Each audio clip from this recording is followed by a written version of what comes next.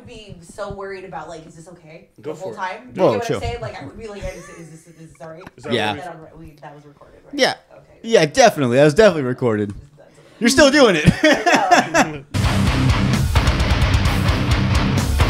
What's up, everybody? Welcome back to another episode of Slob on the Pod. I'm your host, Jordan Tondo.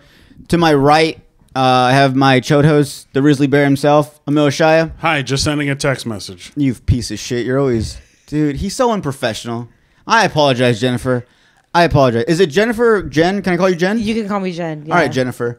Guys, I'm very excited. We have Jennifer Herrera. Oh, you said it so spicy. He Dude, did. He did. I took a shot there because I was like, my tongue's gonna either go with it or not. You almost hurt yourself, but that was, yeah, Damn. that was a good shot. Thank you. There you go. You gotta get that. Are you Hispanic? I am. Yes. Half or full? I'm a total mutt. I don't know. Aren't we all? I think we all are. I'm very confusing is what I am to people. Most people are like, are you white? And then I speak Spanish and it blows their mind. They don't know what to think. But You speak full Spanish? No, but I speak like border Spanish. You understand more than you speak? I understand it. I can have conversations and get through just fine. But if you know Spanish I don't. well enough, you can understand that you go down to like certain areas of Mexico and it's not going to be the same. And so that's kind of what I mean. Nobody speaks all the same Spanish, but yeah. That's why I'm Mexican, but I don't know Spanish. Yeah. Because like when I was younger, like even if I tried, all my cousins made fun of me. So it kind of, I was like, all right, then I'll fuck you then. I won't try then. You know what? What's so funny is I have to admit that the same thing happened to me. And I had to get over that. You really do have to get over it. I'm still not over it. No, you have to get over it. You really do. You have to get over it because what it does is it makes you feel like you just don't even want to try. And then you understand so much more than you do. And when you speak it, you're going to actually speak so much more than you think you know. Yeah. You know, just fuck it. And native speakers always appreciate you like trying. Not here. Well, your asshole cousins are different. Yeah. I was going to say, no, I was just about to say, like general population, if somebody makes fun of you for trying to speak a language, they're a total asshole. Yeah, fuck them, dude. For real. Yeah, you got some real dog shit cousins. Have you seen those videos of those guys that go and speak like Korean or Japanese to people? And they are just mind blown. Oh, yeah. That's like they love it, though. Yeah, they love it. And they're like, you're welcome anytime. Like... Imagine a white person going down to Mexico and trying to speak a little bit of Spanish. They're invited to the carne asada anytime. Bring them. Yeah. Nobody's gonna in realistic terms, like no one's gonna really make fun of you for trying. Yeah. And if they do, they're a piece of shit. Piece of shit. Hey, my cousins are like, we've never done that. What is he talking about? They're pastors, youth pastors. They're like, what's he talking about? Ooh, never. As a Hispanic with like. No lie, 52 first cousins. I feel like it's kind of our job to just absolutely destroy each other and make fun of each other. Is that not our thing? Isn't that like the Hispanic thing? Is that your nickname is the absolute grossest insecurity that you have? Yeah, that's true. You know what I mean? Like that's pretty much what it is. You know, if you're fat, you're gordo. Yeah. If you're short, you're chaparrito, or you're I don't know. That's so funny you bring this up because.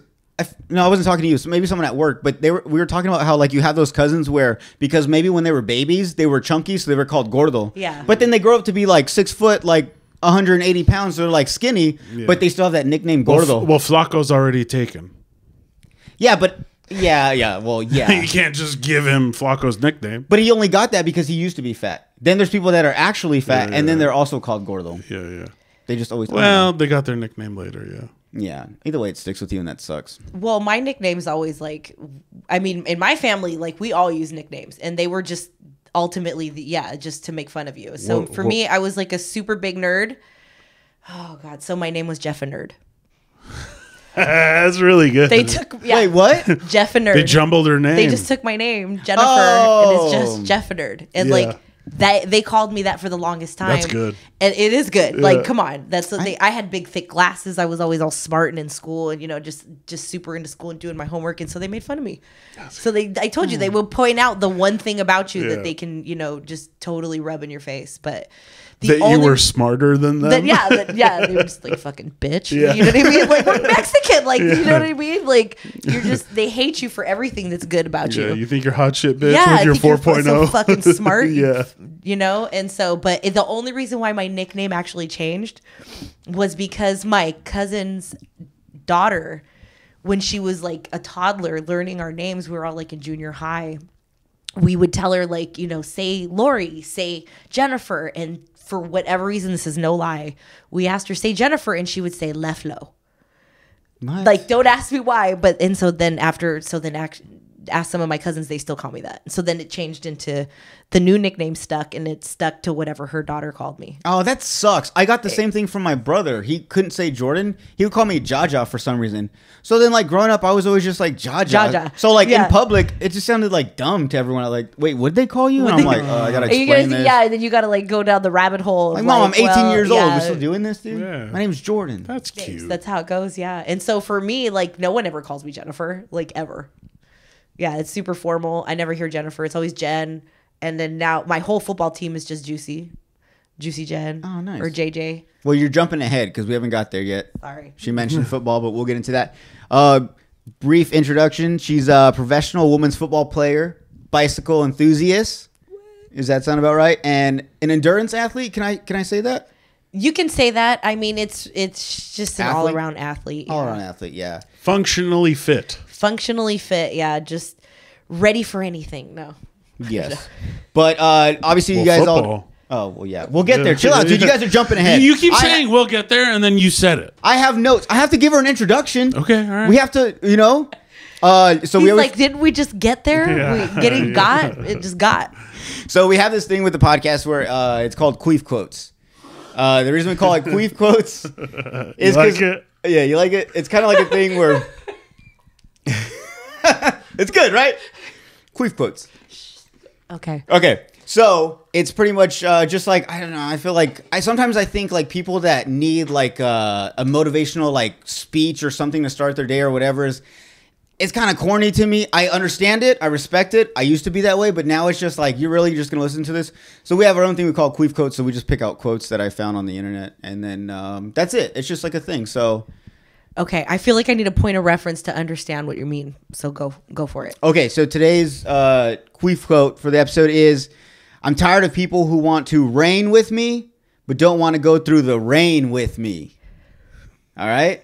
That's queefy as fuck. That's gay, right? Mm-hmm. Hey, but if it gets you through your day, then by all means use it. You know, I'm with you. Yeah, there's sometimes some things I'm just like, I feel like people just put words together. It's just corny, right? Yeah, it's super corny, but... If there's a wall in front of you, get over it. Yeah.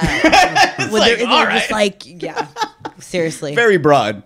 But yeah, it's just a thing we do. I like that, the Queef Quote. Thank you. Who came up with that? I did. It's a Jordan. It's a Jordan. I'm sorry. I'm working. I'm trying new things out. All right. I got to make it spontaneous. Hey. We got to, segments. Thank you. Segments. We got to stick to them. Next, real quick. So if you guys remember last episode, please check out last episode.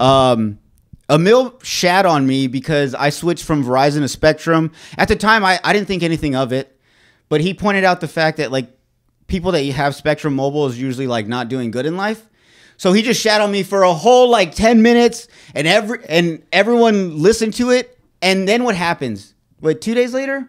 2 days later after we post the episode, maybe a day later, breaking news. AT&T, Verizon, T-Mobile, some of their towers went down in certain areas. Police departments couldn't use like 911 because they ran by like AT&T and it was down. It was a shit show. All I'm saying is, I just want to refer back to this real quick and then we'll continue with this. But I'm just saying Spectrum was fine the entire time. Not only was my phone working, it was 5G. In places that... Don't they use Verizon towers? Thank you. Yes. I thought that's what... Yeah, isn't that how they're selling? Because I've heard about it. Their selling point before. They were trying to sell it to me. Oh, and, okay. Yeah, they told me they use Verizon towers. And I was like, well, damn, if it's the same thing. But being under contract, you can't get out of it. What do you... If you don't mind me asking... I use Verizon. Fuck. But see, I'm going to totally admit... I live like under a rock apparently because I missed that whole shitstorm. No, I saw videos later and I was like, when did what? it didn't affect us. It was like the East Coast. Okay. I think like Texas and like over there, but so it didn't really affect us. But just the fact that it popped up after like he was like, oh, it was the best, and he even said his like top 4 was like Verizon, at&t, T-Mobile, and then Spectrum. That's how he put it. So we're just referencing back to last episode. I'd like to issue a formal apology. Thank you. To anyone who uses Spectrum. If you get your cell service out of like Zoomies, you're cool. Basically, those tents they set up along the highway sometimes for migrant workers to give free cell phone service. If you're free talk, clear talk, I apologize. My comments were ignorant. They were rooted in a real. I don't want to blame my parents. I am, like we said, on their family plan. It was ingrained into me that Verizon was the only way. And when I said AT&T was second, obviously I was wrong. They're bad people there. If you have AT&T, you're the new biggest piece of shit. Jordan's cool now. Spectrum's dope. And what did you say? It bumped up to 5G while everyone was out? Yeah. It's like it took all your guys' shit. And it's like, we had the best fucking service. I was watching porn in the fucking woods at work. Weeded out the riffraff. So I'm going to... Yes, exactly. Yes. I'm going to full Tupac, hit him up it, and I'm going to say, fuck you, AT&T. Die slow. My 4-4. Make sure all of your kids don't grow. Fuck you, AT&T. Spectrum's number 2 now. Jumped. Went from unranked to number 2. It goes Verizon, Spectrum. Hey. You're going to spend your money on a cell service? Go for Spectrum if you can't afford Verizon. We can. They have a great deal. Like, I'm not even going to lie. Have you seen their Spectrum package? They're like, it's a good deal. But I mean, it's like $30. Oh, I don't know. My mommy pays it. Oh no! It is like for Spectrum. It's absurd. It is. No. It is absurdly to add it, cheap. you mean? To add Spectrum Mobile, it's like yeah. absurdly cheap. It's like $39. So I pay like $150 for one phone. Yeah, I see. When I signed up for internet, that's what's recording right now. Yeah, that's what we're using. Yeah, the yellow one. There you go. Off of Spectrum internet. Off Spectrum. Yeah. So they mesh. I'm telling you. Okay. All right. Now I get it. I told them I jumped on the train early. So like later on when like Verizon, all them crap out. When they all get bought out. Spectrum's going to buy all those motherfuckers out. And they're going to charge me $35 and everyone else they're going to get the new price because I get grandfathered in. They're going to make you the CEO. Yeah. Because I believed in them. Dude, I'm telling you, I'm telling you right now, if you want to buy stock, no, maybe not stock, but if you want to get a phone, maybe you can switch to Spectrum right now. Get on it now, guys, I'm telling you. Maybe don't give financial advice. Yeah. Yeah. Get the phone for a year, like you'll lose $100, but don't buy stock. I feel like this is such first world problems. I feel like we muddle over the fact that we sit there and for me to send a text message to you, it's like shooting through the sky to a satellite that's orbiting the Earth and flying back down to a satellite, and it's going to send you a message, and it's all under like 40 seconds, and we're all just like, God damn it, it's taking too long. No, it really is. We really get so impatient, and but it's like, what's doing? I couldn't even explain it to you. Yeah. That was the best way that I could have explained it. How I understand that happens, and I'm 99% sure that's exactly how that happens. I believe it. It's that to me too. It's magic, like the Louis C.K. bit. I was gonna say that's what I was thinking of too. Dude, how people complain about like a bad flight. It's like, oh, I'm sorry. Was it not enough that you sat in a chair in this magic capsule and propelled through the sky towards your destination like a fucking bird? Like, you had to wait 30 minutes to get off it? Eat shit. Exactly. That's exactly it. It's just really, it's all of those things, and it's you start to see things so much differently when you really look at it like that. How absolutely spoiled are we? Like how have we lost so lost perspective on what it like is that we can do now? You know, I used to think that way too, but then like I realized like I'm an overthinker type person. So when that stuff would start happening, I would start spiraling. So then it would just kind of I forgot what I was going with that. You know what'll help you? Watch Back to the Future. And watch when they go into the future and they talk about like 2002 or something like that, and they thought they were already gonna be flying cars. Like they thought we were gonna, 2016. they thought we were that's- gonna be so much further along than we are. Yeah, and so, but you see what I mean, like how we have this perspective, and so when you go back then and how we thought it was gonna be like, and we thought like, no way, there was gonna be the TVs and people talking to us, and we're and, like totally what we do now, and we're still like, ugh, it's slow. You know, and that's like the biggest problem we have now. And it's crazy. It's still a problem. I'm just saying. Yeah. Anyway. It is a problem. My DoorDash is here, though. The guy's been buzzing. There you go. First world problems again. Imagine. For another first world problem. It's a bit. Oh, you're terrible. Did you believe him? I did. Actually, guys no, did. I totally thought. I was going to say, can't he just leave it outside? That means I'm good at it. Or are you just not good at, like... Spectrum's now number 4. Oh, that reminds me. Shout out to our sponsor, Spectrum. No, I'm just kidding. That would be great. That would be cool if they hit us up. I tagged them in the last post. The last episode? Yeah, I tagged them. I don't know. Maybe they'll reach out. Maybe Also sponsored by DoorDash. Oh, yeah. And DoorDash. Yeah, just make it DoorDash. one big promo. Hell yeah. No. Let's get into you, all right? Enough of that. Now you feel warmed up? You ready? Sure. Now we can start. Yes. All right. Guys, I want to start with... let's go back to your younger days. Ooh. Okay. If you don't mind me asking, how old were you when you had your first kid? So when I had my first kid, I was 18. I was... Senior in high school? Yeah. So I had graduated high school early, actually. I only had to do, my mom made me have a senior year. I almost didn't even need a senior year, but, because I had enough credits and things like that. But, so I went and I only went the first semester half the time. And so I went back to walk the line and, you know, what have you in May. Mm-hmm. And so at that time, I was probably like 3 or 4 months pregnant. When I went back to walk the line. Were you showing? No, 3, 4. That's it still was early. no, Yeah, no. okay, It was okay. you couldn't tell at all. Oh wow. And oh well, then by then you're already about to graduate, so it didn't really affect like your high school. No, it wasn't anything like that. I was fortunate that I was like already out of high school, and it kind of it's so funny that when you get out of high school, you have this like almost sense of like, okay, now I'm an adult, and for me personally, my transition to like adulthood was I was just like slung shot into it, and it was like that was it. I was just out of high school into motherhood, real life, and that was it. Mm-hmm. So and another thing, and were you raising he or she? He. Him by yourself or? So at the time I was with his father. We were together while he was born. We were together afterwards. We actually got married when he was a few months old. My son was born in November.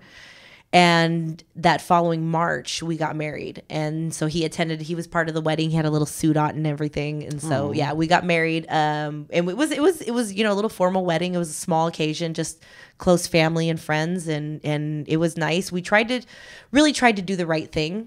Mm-hmm. And we really cared about each other and really had a lot of love for each other. And we just wanted to do the right thing. And it was the best thing that ever happened, you know, for me. I think being a mom is like, hands down one of my greatest accomplishments ever. Yeah. You know, and I don't mean it in the sense of like because I had a kid, because that's not really a skill, you know. That's just something that I'm capable of doing. It's a skill. Well, no, I mean like birthing a child for me is not a skill. Like I'm a woman, I make babies, like that's just what I can do. But being a mom to but a being 1, a mom 3, is what 5, yeah, and that's what I mean is that like bringing to the world these great people. Yeah. You know what I mean to me, and that's what it is for me. I'm like I'm looking at them now and I'm like these are some incredible individuals. You know, I'm mesmerized by who they are and who they've become now. And now that my older son, fast forward, he's 21, you know, and he's I have a man child. It's a dude, yeah. Yeah, he's a whole dude. And Has he got a girlfriend? He's got a girlfriend. Oh. Yeah, he's got a girlfriend. Her name is Bella. And so he makes a lot of fun of that. That's crazy. I just recently had my first kid, and he's only about 6 months. So every now and then, like when I'm hanging out with them, I'll get like a quick, like, I'll like be like, oh shit, like I'm going to have to start, like at some point in his life, we're going to start going to like parent teacher conferences and like proms and like football games, like all the stuff I used to do like in high school. Now I'm like, that's something we have to look forward to. But it like for a split, like for a couple minutes, it just hits me and I'm like, That's crazy. I'm gonna get to that. You but can't even imagine it right now. I'm sure you can't. That's why it's like a little part. Yeah, yeah. You know that it's gonna happen, right? You know that you anticipate it because that's kind of the way life goes. That's the process of it all. But like you really cannot imagine. Like you looking at this little kid, you're like, dude, I can't picture him. And now I'm looking at my children, and I can barely remember them as babies. Mm-hmm. It's the other way around. I look at them now. My younger son, he's 14. He's 6 feet tall. Damn. Yeah, and so it just. I'm looking at him now. I'm like looking up at him, and it's just crazy. Let me ask you this: when your kids were younger, the way their attitudes and like the way like whether they were a good kid or bad kid, any of your kids were you worried? And like now, the way they turned out, was it anything different? Like were there any of them you were like, oh, I don't know how they're gonna be as they get older, but then they kind of like ended up being fine. You don't have to tell us which ones. No, you don't have to say which one. I'm actually thinking because actually, I would say that I didn't have too much of an insight. Like I looked at them, they were all really good kids. Okay. I think that's really what I've been kind of blessed with. They've been really good kids. Now, what happened? They've rebelled and gotten in trouble. Yes, but it's more of like that's just what happens when they get into high school. So it wasn't so much. I fully expected it out of all of them. You know what I mean? Because it happened with every single one of them. Exactly when it was like a ticking time bomb. Like it happened just precisely when it should be. So looking at it now that they're acting out or getting in trouble, because it's happening exactly as it should, I'm actually okay with it. Oh, okay. They're not doing anything that any other teenager over the line. Yeah, it's not over the craziest line. Shit you've ever heard of. Yeah, they have to be able to rebel. If they don't rebel now, it's going to happen later, or it's the process of life, and I want to kind of give them the space to be able to feel like they can stand up to me. Yeah. You know what I mean? Or feel strong-willed enough to be able to maybe talk back, but then like I smack it down when I have to with intelligence, and it's not going to be just flat out arguments or anything like that. So that kind of thing doesn't really happen, but it's a big thing for me is just communicating with them, is like feeling like they can say anything to you. And I think that's the biggest part of it, is like when your kids feel comfortable that they can come to you and speak to you about anything, and and they can ask you a weird question, or anything like that. That's the ultimate goal, is the space that you want to give to them. But it's going to be, it's heartbreaking when you find that your kids hide things from you. It's heartbreaking when they don't want to tell you things, because you feel like, well, you can come talk to me, but maybe you can't. And thinking back, well, I would have never wanted to talk to my parents about that, these certain things. So, so I have to put myself in their shoes, and at the same time, look at what they're growing up into. I can't even hardly relate with social media and like kids growing up now. Like I'm trying to deal with social media, and I can imagine like trying to find yourself while this exists at the same time. I can't even wrap my mind around it. So I empathize with them in that. Yeah. No, I don't. I don't know. I try not to overthink the future, because I'm like, I feel like by the time he's of that age, it'll be different. I mean, there'll still be social media, but it'll be like, because I don't know. I don't know if it's true. You have kids of age, but I've heard like with like the newer like teenagers and stuff, a lot of them aren't really big on social media. Like they're kind of like, like I don't care to be on it. Like I don't know. Like it's kind of like going back in time where these kids are kind of losing interest in like the things that we kind of grew, like MySpace and stuff. Like we were around that era when like social media was beginning to be a thing. Now it's kind of like overplayed, and like I've heard it. Like I've heard some like kids say that that like that they don't have social media at all. My kids don't have social media. And but they're totally fine with it. Like they have it. I take that back. They have it, but they don't. They're not big on social media. They're not influencers. They have no interest in being influencers. But like think about when Instagram started. We didn't post to be an influencer. We just posted because it was cool to be like, oh, this is what I'm doing right now. You know what I'm saying? So like even they don't see that. They're just like all they see is like, oh, influencer, like trying to like get followers and stuff. It's either that or just not have it at all. But at the time when we were growing up with it, there wasn't trying to be social media famous. That wasn't a thing. It was just the idea was cool that you could just post what you were doing at that moment, and just people could be like, commenting on it. Like, that's all it was. I think the No one concept cared never about really likes. hit anybody that you could be social media famous. Yeah, I well, think yeah, that yeah, was yeah. the concept, but I'm going to really kind of blow your mind here. I never had MySpace. I never had any social media until jumped probably like all that? 2018. So you jumped everything I and just jumped came everything. straight. What was your I first? could not care less about. So I looked at it like this. I didn't care if anybody knew what I was doing, and I didn't care what anybody else was doing. Mm-hmm. And in my mind, that's pretty much ultimately what social media is. And so, yeah, I had zero social media through a lot of major events in my life, a lot of accomplishments in my life. I had zero social, and it was so peaceful. So I came into social media way late in the game.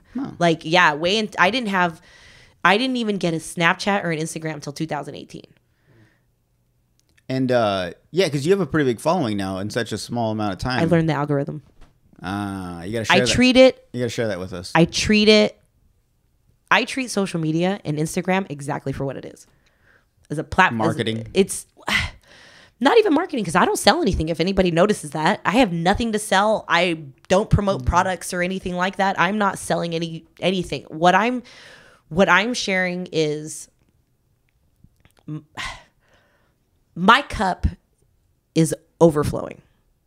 I am so fulfilled in my life that it would be very sad if I didn't share this. You know, it's almost like this. I have this, if I could just give you this to drink and have you taste it, you know, to just share this with you and have you feel the way that I feel about life or see life the way that I do. You know what I mean? If I could do that for you, I would, but I can't. So the best thing that I can do is I can come out here and I can be as positive as I can, and I can share my lifestyle with people as much as I can, and as unrelatable as I am, at the same time I'm relatable. You know, when I meet people in person, when people meet me and they tell me I'm so inspiring, I'm sitting there just like, really? Like, if you really knew me, I'm just a fucking dork and like I'm goofy. But when I hear people tell me that, you know, and they get some inspiring words, or they're so motivated, I'm like, okay. Yeah. And so I'm just like, well, then why not? You know what I mean? If it helps one person, like, what is it, you know? And so that's kind of how I look at it now. And I've been blessed with that. And I have to know at the same time that I'm not affirmed at the same time through social media. It's not my affirmation. This is not where you know, I'm completed. You get your self-worth. Yeah, this is not where doesn't measure my value as far as like how many likes and things like that. And so I think that's the kind of like the best, because I came so late in the game. I think that's really what it was. Like, I went through a lot of things in my life. I was able to develop and become a really well into adulthood before I stepped into social media, so that I was pretty established as to who I was as a person, that when I came into it, it was kind of like, oh, okay.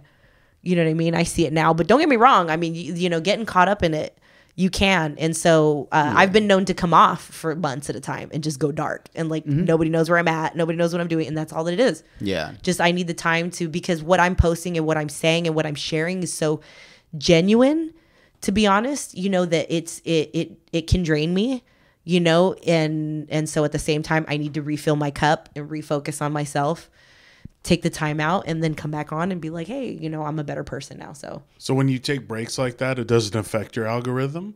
Oh yeah, I'll lose thousands of followers, and I could literally care less. I don't care. You know what I mean? It just, and I had to tell myself that, because for a while that would fuck with me, and sure. and I have to pay attention to, like, okay, why does that fuck with me? Yeah, because I can't let that fuck with me. I needed this for myself, and now I'm going to let myself feel bad about something I did for me. Right. Right. And I'm just like, who are these 3,000 people that I lost? Like, like what did it affect me? I wake up the same way every day and brush my teeth and go to the gym, and like it, you know what I mean? It just, in the big scheme of it all. And again, because like I said, if I was making money, I'd understand that. If it was a business platform, if I'm selling products, like, that's totally different. Yeah. Then it's a different, but that's not a conversation that I'm having. You know what I mean? It's not a business format. You're just you're sharing your story and trying to be as transparent to everyone else. So even if they don't have like a say or like a pop-in account or something, you're kind of like sharing your experience without them having to be like, hey, like, I also deal with that. How do you deal with this? you just kind of post how you feel about your day, whether it's a good day or bad day. Because I've seen some of your stuff. I see your workouts. I see sometimes you have like, you know, queef quotes. I'm going to call them that. I do. I've gotten but pretty good. I've gotten pretty good about not being too cheesy. No, you're good.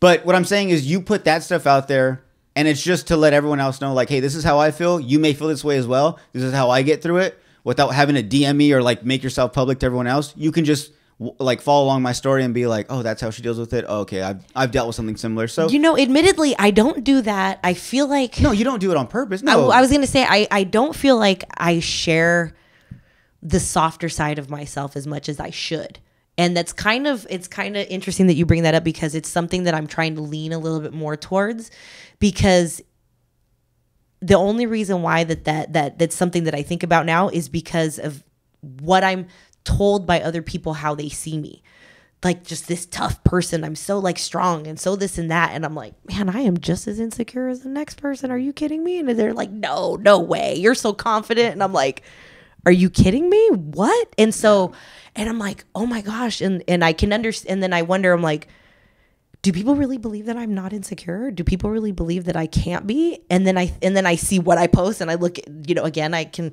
look at it from the outside and I'm like, oh, well, why wouldn't they? I'm like, come on, let's go do it. Let's go fuck some shit up. And, you know, and I get it. And I see, and then I understand. I'm like, well, maybe I do need to share a little bit more of, and so I'm working on that a little bit more. I'm trying to share a little bit more of the softer side of myself. It's not very easy for me to do, admittedly.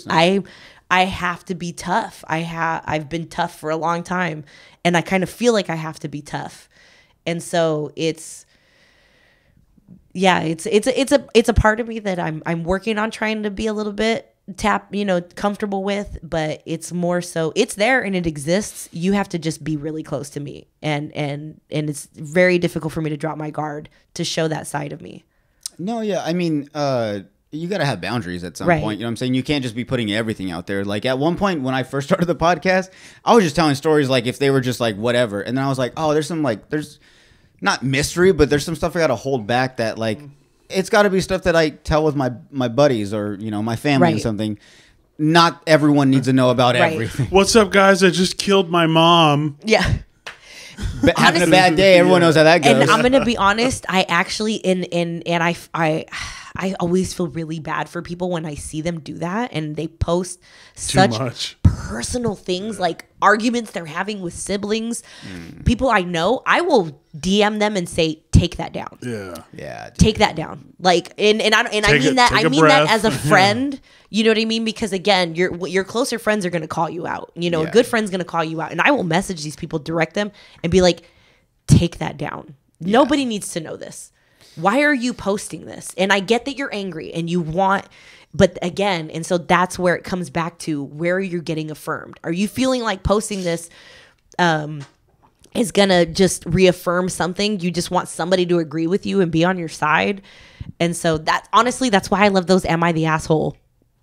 What's that? Those Reddits. Have you ever seen those? I hate Reddit. Dude, I'm going to tell you right now, if you ever want to make yourself feel good as a person, listen to a Reddit story. Because I've listened to a few Reddit stories and I'm an amazing individual because there's some really huge pieces of shit walking around this planet that I have heard some stories where it just blows my mind and I'm like, so, but that's just a joke. And you've been beating yourself up over nothing. Yeah, and I'm over here like you know what I mean? I ate something bad the other day, or like, you know, I'm not working out as hard as I could be for football, or you know, just like the stupid thing that's in my little world. And then I'm like listening to what other people experience, and I'm like, oh wow, I ate my landlord. Yeah, and I'm like, oh, I'm so a better person than I thought I was. I'm doing okay. You know what I mean? Yeah, I'm doing okay. I think it's good to tell yourself that you're maybe like as bad as you think you are, and then it's better to find out you're like, oh shit, I'm not a shitty person, or I'm not that bad of a person. I'm not a complete walking piece of shit. Yeah. And there's levels to it. Because it's never bad to look inward and be like, N-word? Inward. Oh, I thought I thought you. No, my bad. No, inward. You didn't. No, inward. I didn't. Inward. Play it back. It was very clear. I believe they call that like reflection, right? Reflection. Self-reflection. Yeah. And that's what you got to do. That's one of those things that I think Jordan Peterson says that. He's like, you really want to figure out what's wrong with yourself? Sit on the edge of your bed and just like call yourself out. And that was like admittedly like a big turning point for me in my life, was the reason why I'm so like ridiculously absurdly driven is because I just got absolutely tired of my own shit. I got so tired of my shit, so tired of my excuses, so tired of being depressed, so tired of just like, you know what I mean? You just get tired of your own shit, and you have to get to that point where, you know what I mean? It just, you get so sick of it. Just like you get so sick of listening to somebody else's bullshit. You don't want to hear it no more. And you get tired of your own shit, and you got to make a change. You got to do something about it. Yeah, that's true. Yeah, no. I spiral though. I do that a lot. The smallest things what is it called? Like the snowball effect. Like, you know, I start overthinking, and I stress about the next time I'm going to stress. Like I fucking have it so bad. But things like this keep my mind occupied and stuff. With that being said, so how did you deal with, you mentioned you had like depression at times.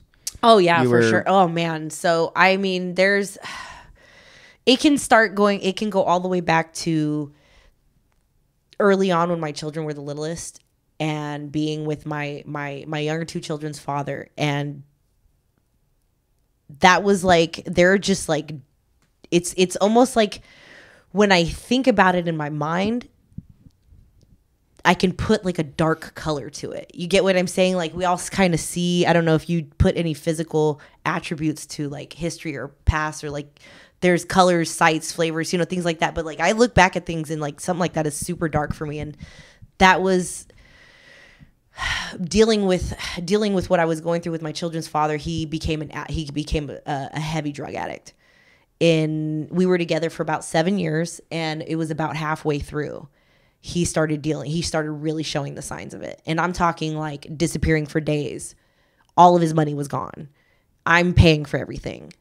Our children are little, and I'm having to drop them off at a babysitter because he can't watch them.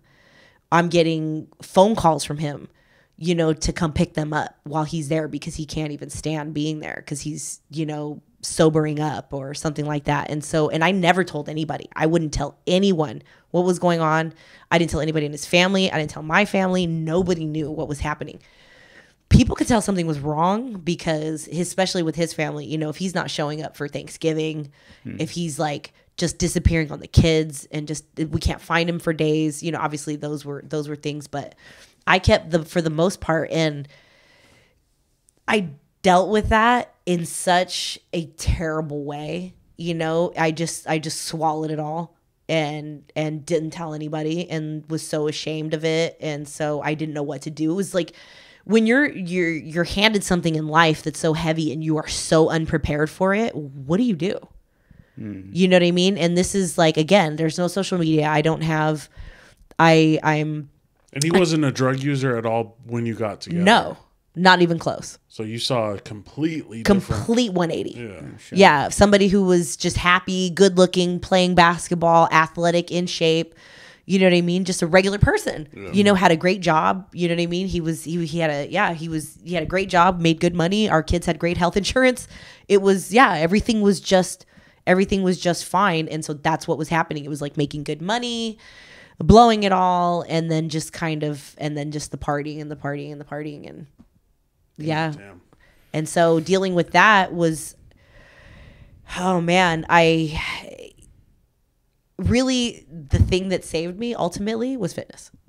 And so that's kind of what brings me back to that. Is I was a manager at a clothing store in the Yuma Palms Mall. I'd worked there for like 5 years from the time it opened to the time it closed. And it was during the time when like all the stores were closing in the mall, and the recession after the housing crisis. This was like 2011 when it closed. Oh shit. Okay. Yeah. So around that like when time, teachers were getting those like pink notes and shit. Like people were just getting laid off and stuff. Yeah. And like there was multiple stores empty in the mall. It was multiple spaces. And so I essentially became a stay-at-home mom, and one of my employees that used to work for me there at the store just invited me to go to the gym. And she knew that I was an athlete growing up and everything like that, but after becoming a mom and things like that, like no, that fell on the wayside, because my children at the time were I want to say 3, 5, and 11. And so that's, you know, taking up most of my time. And so she invited me to go to the gym, and I was like believe it or not, I didn't even own a pair of tennis shoes. I had to go buy a pair of tennis shoes because I worked in a women's retail store. I was in heels, always looked like, New York style. Like I was always dressed up, which is like totally opposite to what I'm like now, apparently. I honestly thought you were going to come in like gym clothes. Yeah. Because every post, I've never seen you in like clothes. Honestly, I mean, you're still barely wearing clothes, but like, you're still not technically in clothes. It's literally the same. It's just like different fabric. It's all the same. It's like what I would have worn at the gym, a sports bra. No, I made an effort. Actually, this was totally for you guys. Thank you. I really did. Yeah, because I was like, everybody's gonna expect me to be wearing gym clothes. I'm totally not gonna wear gym clothes. You flipped it on them. I did. Cool. I even did my hair and everything. Yeah, like look at yay. Thank you. We appreciate it. Good job. Yeah. Good job. Good job. I appreciate it. Good on you. I clean up pretty good sometimes. I bust it out once in a while. I can't, I got to keep them guessing. Yeah. There you go. But no, yeah. So going back to the gym. So your friend takes you to the gym for the first time? Yeah, she took me back to the gym. That was the first time I'd ever been to the 4th Ave gym on the new 4th Ave gym, it being on 4th Avenue. I had gone to it when it was way down at the original location, the original location. You could have fooled me because I thought it was the old place. No. It was originally somewhere else when I was younger. My brother used to go there when we were kids. Wait, that's the picture they have. They have a picture of it. Yes. It was like, next to the barbershop. Yeah, it's like boom, like store next to store. Correct. Yeah, okay.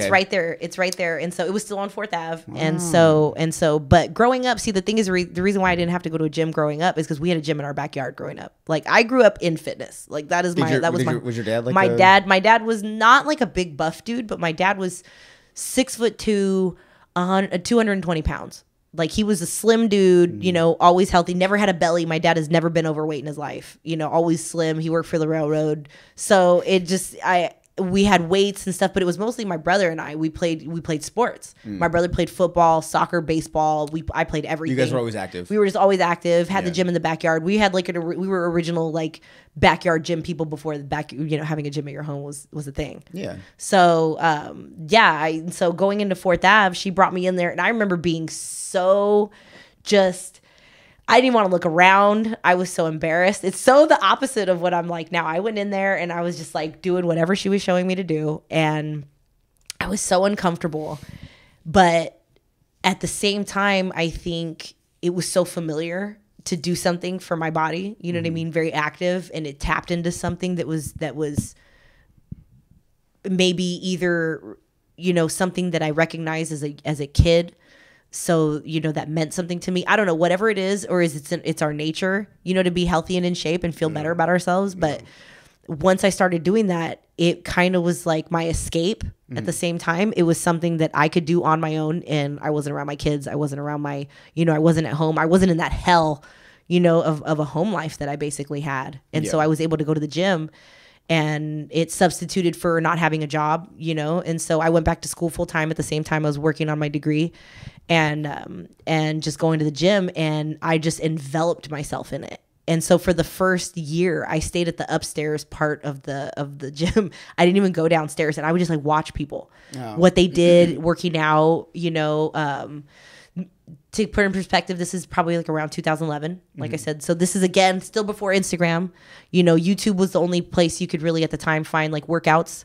Dana Lynn Bailey was like coming out, and she was like the new thing.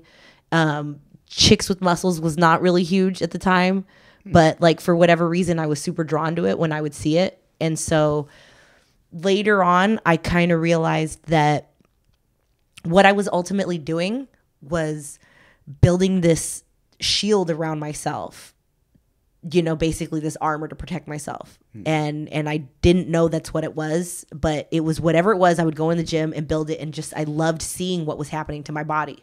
I loved seeing the muscle. I loved seeing the tone. I felt so much stronger, and it felt better. And so it was like mentally I was getting stronger to be able to get out of the situation that I was in. So it ultimately saved my life. That's what I say. Fitness saved my life. It gave me a whole new fresh perspective in my mind. It's clarity, you know what I mean? Dealing with whatever you're dealing with, and being physically capable changes so much for you.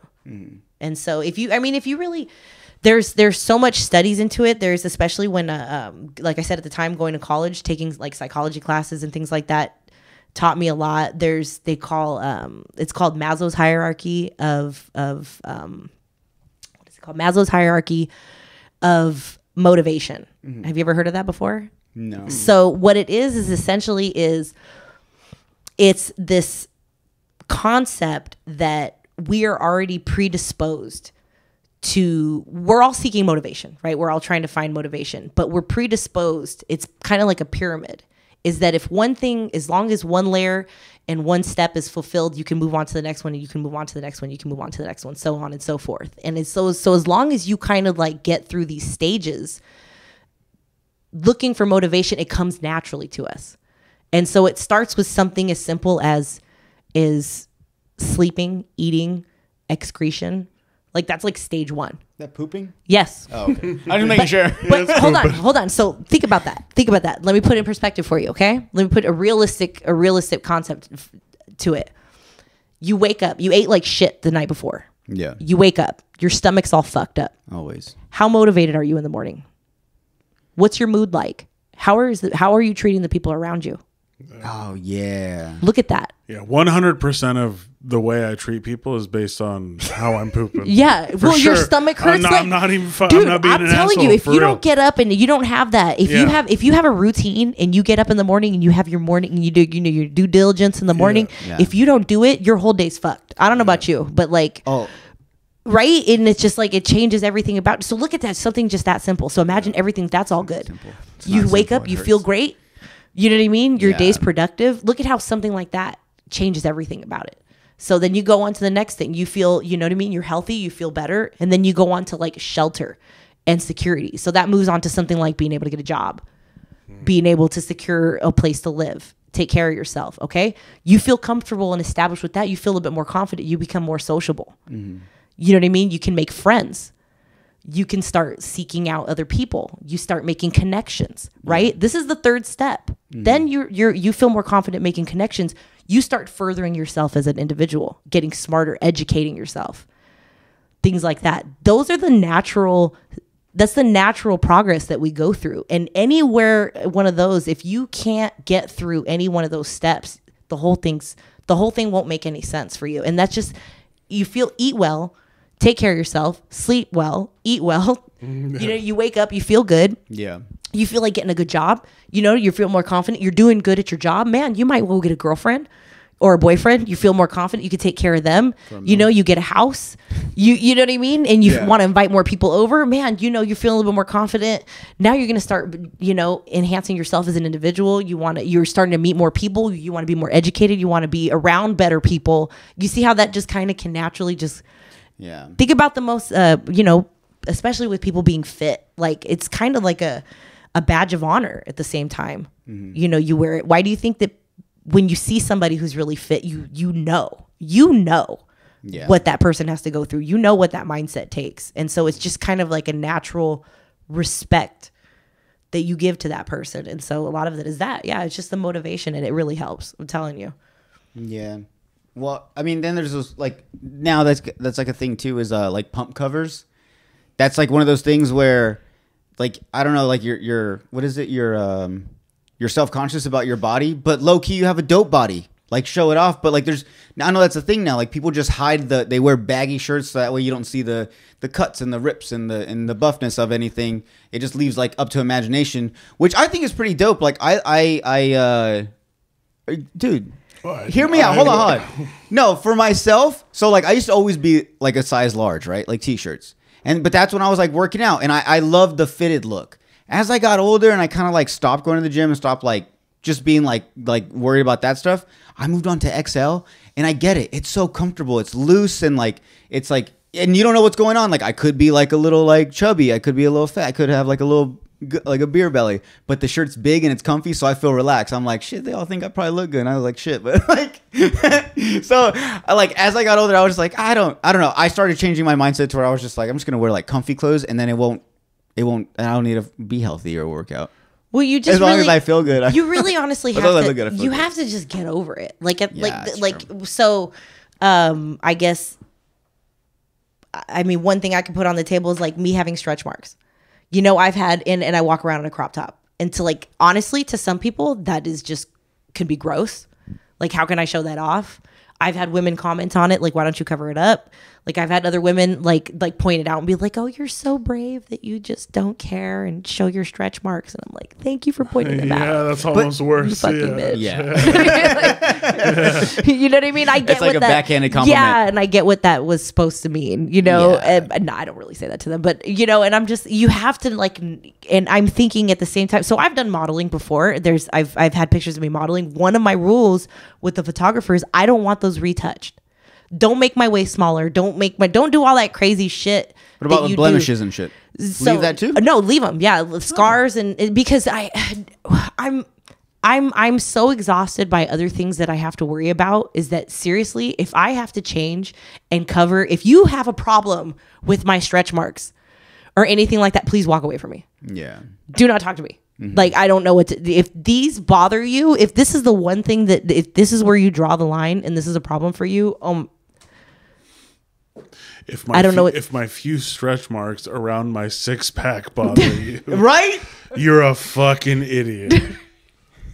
but at the same time, Like I have stretch marks too, baby. I wouldn't say I'm not. I do too. But they're not on a as, 6-pack. I don't even go as far as saying that they're an idiot. It's not that. Everyone is allowed to want what they want. Yeah. If somebody, I do not walk around thinking I am hot shit. I don't walk as despite what it seems like. My confidence comes in my abilities. My confidence comes from somewhere else. The confidence I have is like, just, it's different. It's what I can do. It's not, I had to get over. That's true confidence. Yeah, it's initially you have to get over. I already went through the era of like being obsessed with aesthetics. You know what I mean? And when you get out of training for a look and changing into training to how you perform and what you can do, that completely changes how you approach it and how you see yourself. Now I no longer care. I look at myself and, oh my God, I'm never going to be this. What is perfect? I don't know. You know what I mean? I look at girls getting the BBLs and they, you know, and I don't know. Is that something guys want? You know, it's just as confusing for me, you know, that I don't feel like I'm the standard of beauty whatsoever. Like, I don't sit there walking around like I'm some standard of beauty. I'm not sitting there doing beauty. Nobody's getting their beauty tips from me. Let me just put it like that. Just on the BBL thing, I wouldn't say we don't want it. Yeah, No, that's a good point. Exactly. So some guys like You know it. what I mean? Some guys like it. Some guys don't like it. And so like But I don't even like it or not like it. Yeah. I just like a big butt's fine. Yeah, And like if for me, I'm like, if you go make your butt bigger, that's fine. And that's what I'm saying. Yeah. To me, I'm like, I do what I do to myself for me. Like, I don't, you know, if you like it, you don't like it. I won't even be mad at you if you don't like it. If you have an opinion on the way that I look, tell me. Share it to me. I'll take it for what it is. I'm completely indifferent Because about you don't it. have to accept what is said to you. That's exactly it. Yeah. But I treat people, it's what's the golden rule in life, right? Treat people the way you want to be treated. So I knew that she was gonna say that. So, you know, tell me what you want to say. You know, say what you want to say. I'd be intrigued by hearing it because I can tell you right now, I've been humbled enough in life. There's been a few times I've been humbled in certain situations that I didn't expect, that I thought like, what's wrong with me posting this and what's wrong with me posting that? And I'm super confident, and I didn't realize, oh, maybe people are going to look at me a certain way, and like, That maybe I don't want them to look at me a certain way, but then I have this stubborn side of me that's like, fuck it, I can put whatever I want. I'm a grown ass woman, but then, well, at the same time, like, you know, I do have to understand how people can see it and how, and it affects the way that people treat me. It affects the way that men treat me. Are you kidding me? You know what I mean? It affects the way that men talk to me. And then I get the response of like, well, if you're going to post something like that, well, why wouldn't I talk to you like that? And so it's like, Jesus. Wow. Yeah. Oh no, I've had friends, guy friends, tell me stuff like that, say things to me like that. Like, well, what else do you think? Of course guys are going to treat you like that if you're going to act like that. And I'm like, that's very, but what was she wearing? Yeah. But at the same time, like I have one of two ways I can look at it. I can be completely closed off and closed-minded and just look at it my way, or I can, let me just hear. Let me just hear what is the, take for what somebody has to say, especially if it's not one person. When you start hearing multiple people telling you things, maybe just take a second and hear it. Just hear what they have to say. Obviously you could take it with a grain of salt. Obviously, another thing is, who is it that's saying it to you? And so like, because some things you could just totally blow it off. Because of course I'll get the comments about like having too much muscle, looking too manly, like it's not very attractive. I'll hear that from men and women.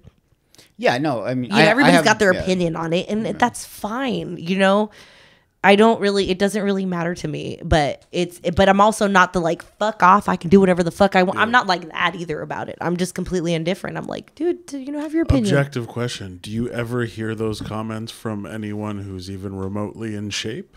I was thinking the same thing. Let me check some. That's a really good question. Like, is anyone ever fit and go like, that's too much? Well, okay, so I've heard, maybe not about me personally. Yeah. I've had people tell me that I've pushed it. You know what I mean? To where like I walk the line of like getting a little too big, but like fit and they're people in fit, that yeah, know and what they're it and they're takes? fit, yeah, Okay. no, they're fit, like they're just fit guys, friends of mine, just sharing their opinion. They're like, yeah, Jennifer, for a minute there, you were getting kind of big, and I'm like, damn, you didn't even say anything about it. And like they tell me now, and they're like, you were just kidding. Yeah, this looks better. Or when they say, like, I just literally heard that the other day. But that's someone who's knows everything, right? And they looked at me, they're like, I like how you look and they now, know that and you I'm can like, speak. Damn, I'm like, so that means at some point they didn't like how I looked, and so you know what I mean. So it's kind of interesting. I'm like, but they wouldn't have told me. Or maybe from their mindset, because they know what it takes. They're like, look, if you tweak this and that, you could achieve that. Right. Yeah. Right. And it's all. It's not like a ew. It's just like a damn girl. I thought we were going for. Right. And now you're. Right. And that's jacked. But see, and that's what's so beautiful about like working out. Like you can change the way you look. Like just give me a couple days or give me a couple weeks. Yeah, you can change. Like for me, somebody like me who's hypersensitive in where I'm at now, because my body fat is so low at the point that I'm at, that in a couple days I could look completely different. So I could teeter when you walk on that edge of like, you could teeter one way or another in like a week. Like TMI, here we go. Girl thing, like my time of the month. Yeah. I can look 5 pounds up. I'm up like 5 or 10 pounds. You guys get bloated, right? See it. It is visible. I have videos that I can look at of me doing workout videos, and you could see it on me. You can see it on my stomach. You can see it on my body. Maybe it's just me that sees it, and at the same time, fuck it, I post it. Yeah. You can see I'm heavier. I have to get over, like, believe it or not, is as much as the only reason why I don't post as many workout videos as people would like or think that I would, is because I am insecure about the way that I look when I do it. Maybe the angle doesn't look right, or I just like, and I'm like, nah, I don't like it, and I would never post it. Yeah. It's just I fall under the same, I ridicule myself just as much as the next person, and I really try not to. Yeah. I work hard on it, but I like how you're saying like that you're in control of it. You can tweak things. You can make your body the way you want it. The most motivating shit ever is the pumping iron, the Arnold Schwarzenegger. Oh yeah, for sure. There's like, because he goes off on like why he fell in love with it and how he stands in front of the mirror, and you can look at a muscle and go, all right, that's not proportionate to that side. Like, let me focus on that and just dial it in to the point. So, like, when you're doing that, when you have that, like, it almost has to roll off. Because you're like, I've so focused on this one thing. And whether it's a thing for you or not, like, if it's anything, if you were an academic and you were like, I've dedicated my life to jet propulsion, and this is the thing that I know everything about, and you want to come at me with some just like snarky thing or whatever, that's going to roll off. But now another scientist equal to you is going to like go, hey man, when you publish this paper, you went a little heavy on that. You're going to absorb that, or at least give it a chance, right? The only way to grow is you got to be willing to hear. Yeah. You got to be open. There has to be, that's the whole thing with communication. There has to be a back and forth. Some people are just so full of rhetoric sometimes, and they get so, caught up in their own shit that you can't have a conversation. Those are the people you can't have a conversation with. They're just so full of they have an answer for everything, and they're not going to listen to anything that you say. But touching on people understand, like going back to like Arnold looking at one muscle and this muscle. So the concept with that is if you can learn to understand that your body is separate from your character, you know, it doesn't necessarily define who you are. If you can kind of separate that, people take too much weight into it and beat themselves up. Like, I ate this bad food, I'm a piece of shit and I'm a bad person. And it's like, that doesn't make any sense because you had that cookie, now you're a bad person. So they beat themselves up and it's just like they tie too much into it. And it's like, it's purely science. Your body is like a machine. It's like a car. It is purely a machine. And if you can see it and treat it as such and understand that and understand how it works. And that's the problem, is that people don't even know how their own body works. People don't understand how glycogen and sugar and how you digest it and how your liver and your pancreas and how everything filters through everything and spiking your blood sugar and how to control it. How all of that purely will control your energy throughout the day. And that, again, we're going to go back to Maslow's, controls your mood, controls how you feel, controls what you're going to do, controls, you know what I mean, your actions. So it all just kind of comes together. And if you can understand that it's just a science, you know what I mean? If you really want to do it, it's just a science. Learn about it, treat your body, and you're going to, you know, you don't have to be, if you're not getting on stage and competing, why are you weighing and measuring all your food? Mm-hmm. Like, you're not, like, if you're not, that's way, I tell people that all the time. I'm like, when people are like, well, you know, I'm getting on this meal plan. Cool. When are you competing? Yeah.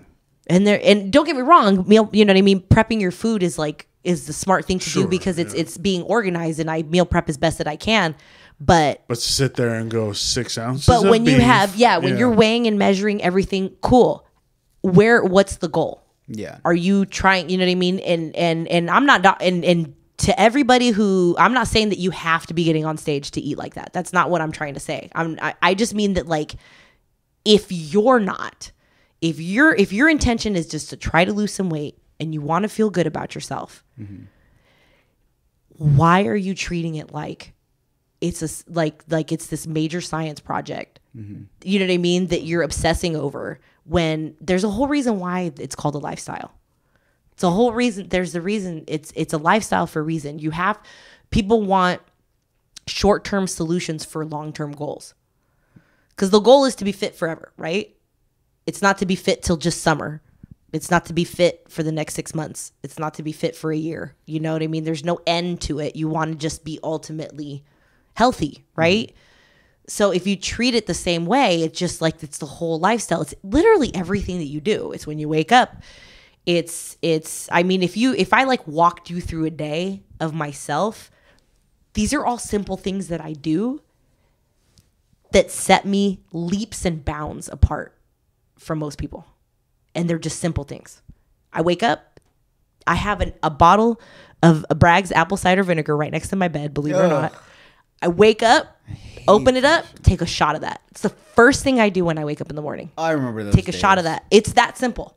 It's nasty, but oh well. Do you know how much that bothers me? Not at all. Do you know what that does for me? A lot. A lot. It is so worth it. I don't even care anymore. Wake up, take a shot of that. I've been doing that for like 10 years now.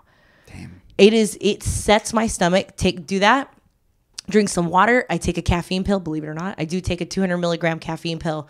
Or you can drink black coffee. Caffeine helps too. And let me just tell you right now, that sets my stomach going. Like, bien limpio. That's what I say. Bien limpio. And then the next thing I'm gonna tell you, little decisions. Next thing, I go into my bathroom, I have a squatty potty. If you have never used a squatty potty in your life, it will change your life. We're gonna now be sponsored by Squatty Potty. Yeah, the new sponsor is Squatty Potty. I've been wanting Squatty Potty. If you have never used one or have never experienced it, like, it will change your life. The whole point change your life. The whole point is what it like straightens your body, so It's like the your position, natural position. Yeah, it's the position that you're in, and the only reason why I ever came across believing that helped was I was a runner for a really long time, and anybody who's ran marathons or trained as a runner knows exactly what I'm talking about. There have been times where you didn't eat the best the night before and you're 6 miles in and you're out in the middle of nowhere and you have to run behind a trash can. You know what I mean? And you squat down and the first time it happened, you're like, wow. It's the best poop you That ever was taken. amazing. Like you just, it wasn't like effort, you know, or anything like that. And you just, and, you know, if I disappeared behind somewhere and came back like missing a sock, you know, something went down. you know, something went down. And so, but that's what I mean. So the squatty potty, got that. Get up maybe, and then I go make myself a clean breakfast. And so I know what breakfast I'm making. I know what I'm eating throughout the day. I do carb cycle. So like I do have intentions with my diet. I do understand how to eat. And that is mostly purely I control my blood sugar. And that is how I control my energy throughout the day. And it's just because I understand how to do it. And because I've taken the time to care. It's like, it's sad that you have to remind people that they're worth giving a shit about. Like, you know, who are you that you don't just give yourself a chance. See what you can do. And people lose that. They just don't think that it's just like they don't give themselves a chance. Like, give yourself a fucking chance. Give yourself 6 months. Just try it. You know, who are you that you can't give yourself a week of not drinking or not, you know what I mean? Or just staying away from a little bit of sugar or just making this little bit of change, you know? And if you don't want to, then go back to doing what you were doing before. Yeah. You know what I mean? And tell me how you feel. Because if you're happy, if you are genuinely happy, don't change anything. I'm not, you know what I mean? Again, like these are not things, I'm not sitting here trying to like I'm holier than thou, you know, or anything like that. But I feel fucking great 99% of the time. Yeah. Like I know when something is off about me. Like I instantly know when something's wrong with my stomach. When I'm getting a headache, I'm dehydrated. Like I can tell every little thing is off, like in an instant. And so when you're so in tune with your body and you know what I mean, and you care enough about it, it changes it. Your whole perspective in life is completely different. You know, you feel a little bit more confident about what you can go do. Look at something like this, like the bikes. You know what I mean? I'm confident on going to ride a bike with a bunch of people. And so I just show up in different cities and go ride a bike. You know what I mean? Not everybody's the healthiest going out there and doing that, but it's just, I just mean in the sense of like, you just get confident to go do something and you're going to go do it. And that's pretty much it. You just kind of like, you got to give yourself a chance and try it. And I encourage people so much to just fucking love yourself enough to be healthy. My God, give yourself a chance. It's so worth it. Because the way that I feel, I wish, like I said, if I could just give you this to drink and feel the way that I feel every day and how fucking good I feel, how healthy I feel. You know what I mean? At the age that I'm at, it's like, sometimes it's mind blowing to myself. Yeah. Sheesh. Well, with that being said, can we take a break real quick? I have to pee so Me bad. too. I don't want to cut you off. No, you're fine. Sorry. You're on a roll, so I don't Sorry. want to. You're doing great. So we're going to take a quick break and we'll be right back. All right, we're back. Emil, are you with us? He's on his phone again.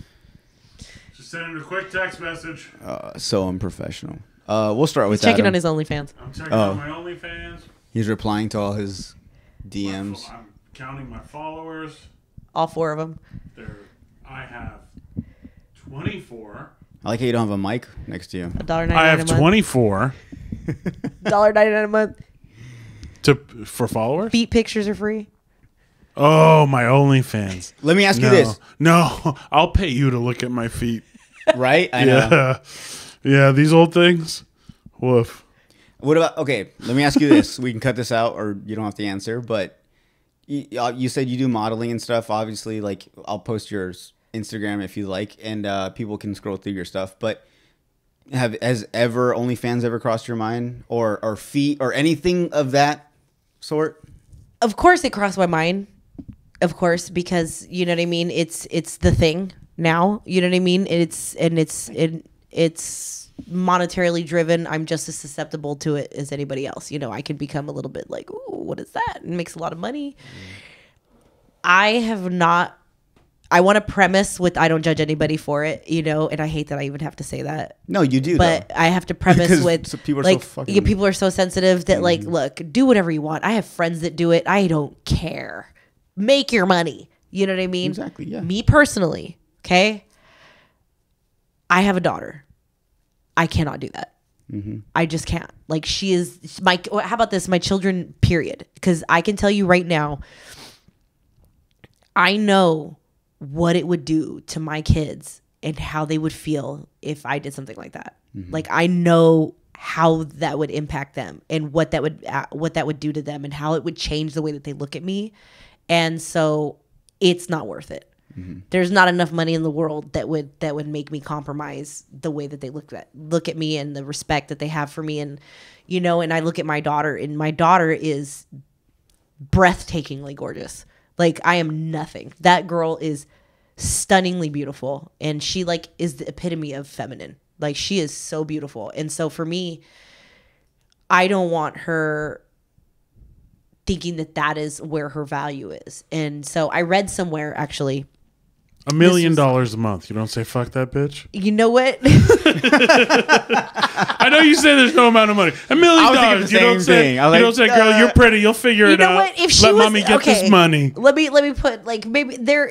I guess I'm human enough to admit that, like, if she was like, for some reason on, you know, what is it? If she was gonna be, you know, put to the chair, and she was on what do they call that when you're in prison and you're death row? Death row. There you go. I'm sorry. I don't know why that left my head. You're on death row. Like, she was on death row for like some atrocity, you know, then I could say like, fuck that bitch. But no, like, I love you, mamitas, please. No. Yeah. No, my princess. You're a good my mom. princess. My princess. Don't say that about her. She's so sweet. No, but at the same time, I'm like, I'm like sitting here thinking, I'm like, God, I could really see her killing somebody. I'm not gonna lie. I don't put it past her to handling it if shit went down. You know, but no, like, I just can't. What I mean by that though is like obviously, you know, I don't mean fuck her, but like, you've obviously weighed it out in a realistic way. Is like, you could sacrifice, you could do a thing that your children will come across, and then you have to deal with that for maybe hundreds, maybe thousands of dollars. You know what I mean? It's not like I said, $1 million, and that's a no-brainer. You're going to be like, yeah, I'm going to make $1 million a month. Yeah. Okay. My kids will be fine for $12 million, you know? So I'll share something with you guys, actually. So, like, how much is possible? Well, just the pictures that I have posted alone. I don't know some of the ones you've seen or anything like that. They are pretty revealing. To me, admittedly, that I know what they look like. You know, my intention with them is it's artistic. I feel like it's beautiful. You know, some of the photos to me tell like a story. They mean something to me, and I share them freely. Yes, on Instagram. They're not paid. People don't pay for them, you know, because I once read somewhere, when you put a price tag on your body, it will change you forever. Yeah. And so that was where it was. It's like, I don't see how I personally can't do something like that. And I'm afraid for that to change me as a person. And so with that said, even the pictures that I posted now or that have posted in the past, and I used to have this little tab on Instagram that was called No Tan Lines. And so it was I don't know if anybody saw that. I deleted it probably less than a year ago and what it was the whole tab was just me tanning outside, and all I would do is put like emojis over, like, and I mean barely covered. And again, sitting there minimizing the emoji. So just again, just right over it. Yeah. It wasn't even with the intention to be overly sexual or to be vulgar or anything like that. I thought it was funny. I was being bold. I'm in a small town. I have a lot of female friends that would watch me do that and be like, you know what, Jennifer, fuck yeah. And it would compel them to be like a little bit more confident and be like, you know what, this bitch does this. I'm going to feel good about wearing a crop top. You know, Jennifer's like, so I've seen what it has done for other people. You know what I mean? For me to be like, fuck it. However, what it's done in my personal life and how it has impacted my personal life, that's a whole nother story. I have had my family completely, I'll throw you guys with this. I've had my family pretty much disown me for this. Just for what you just post. for my post, just for my pictures. That's it. That's a very common thing. And I've That's had a my very and common so I've had my family like not want me around, not want me to at Christmases or Thanksgivings. I haven't attended a holiday with my family in years. It did impact and it did bother them, and it was so selfishly how I was looking at it at first was like, my intentions behind this mean well. This had nothing to do, in my mind, it had nothing to do with my family. Yeah. It had nothing to do with my kids. It had nothing to do with anybody. Like, fuck you. I can post whatever I want. Like, I feel good about myself. Look at how I look. I work hard for this. Yeah. And then I was refusing to see it, how it was bothering them and how it impacted them. Now, at the same time, I'm going to tell you, does that mean that I will, if given an ultimatum like I was, you know what I mean, to change or not be around my family, guess what? Then you don't get to be around me. Yeah. So like, you know what I mean? When you don't get to anything. back me into a corner, you know what I mean? And make some terms. So like, don't get me wrong. I dug my heels, as far as like who I am as a person. I'm not going to apologize for it. But at the same time, I do have to listen to my children and see like, okay, maybe this bothers them. And at the same time, now getting into what I do now with football and being more of a, positive influence, I have to be realistic and be like, man, I can't post stuff like that anymore. And like, it's just so like, it is the real world. It is, and as stubborn as I wanted to be and to be like, no, I can hold on to this. I can be bold and I can post this and don't judge me. I have to live in reality, and it does bother and it can have an impact on other people, and I can't be that selfish, and I can't, so I've reined it in a little bit, and it had its moment. It's finding that happy medium. It's a little hard, I'm not going to sit here and walk on the, and like, woe is me as a female, like, oh, it's just girl problems, and like everybody judges me. No, it's the world we live in. I have kids. Yeah. I can't be posting my naked ass. You just can't be doing shit like you're that. a good person and I'm a piece of shit, because if you canceled me from Thanksgiving, I would double down. I would go all over the internet doing all the things and be like, I did. No, that's the thing. I kept doing it. I didn't stop. But you just stayed true to you. I'm saying I would be like, he would have been. Now you have to watch. Now you have to watch a gangbang. Yeah. No. Yeah. Oh, yeah. I see. If you know what I'm saying, I would overcorrect. Yeah, like, no. Yeah. Exactly.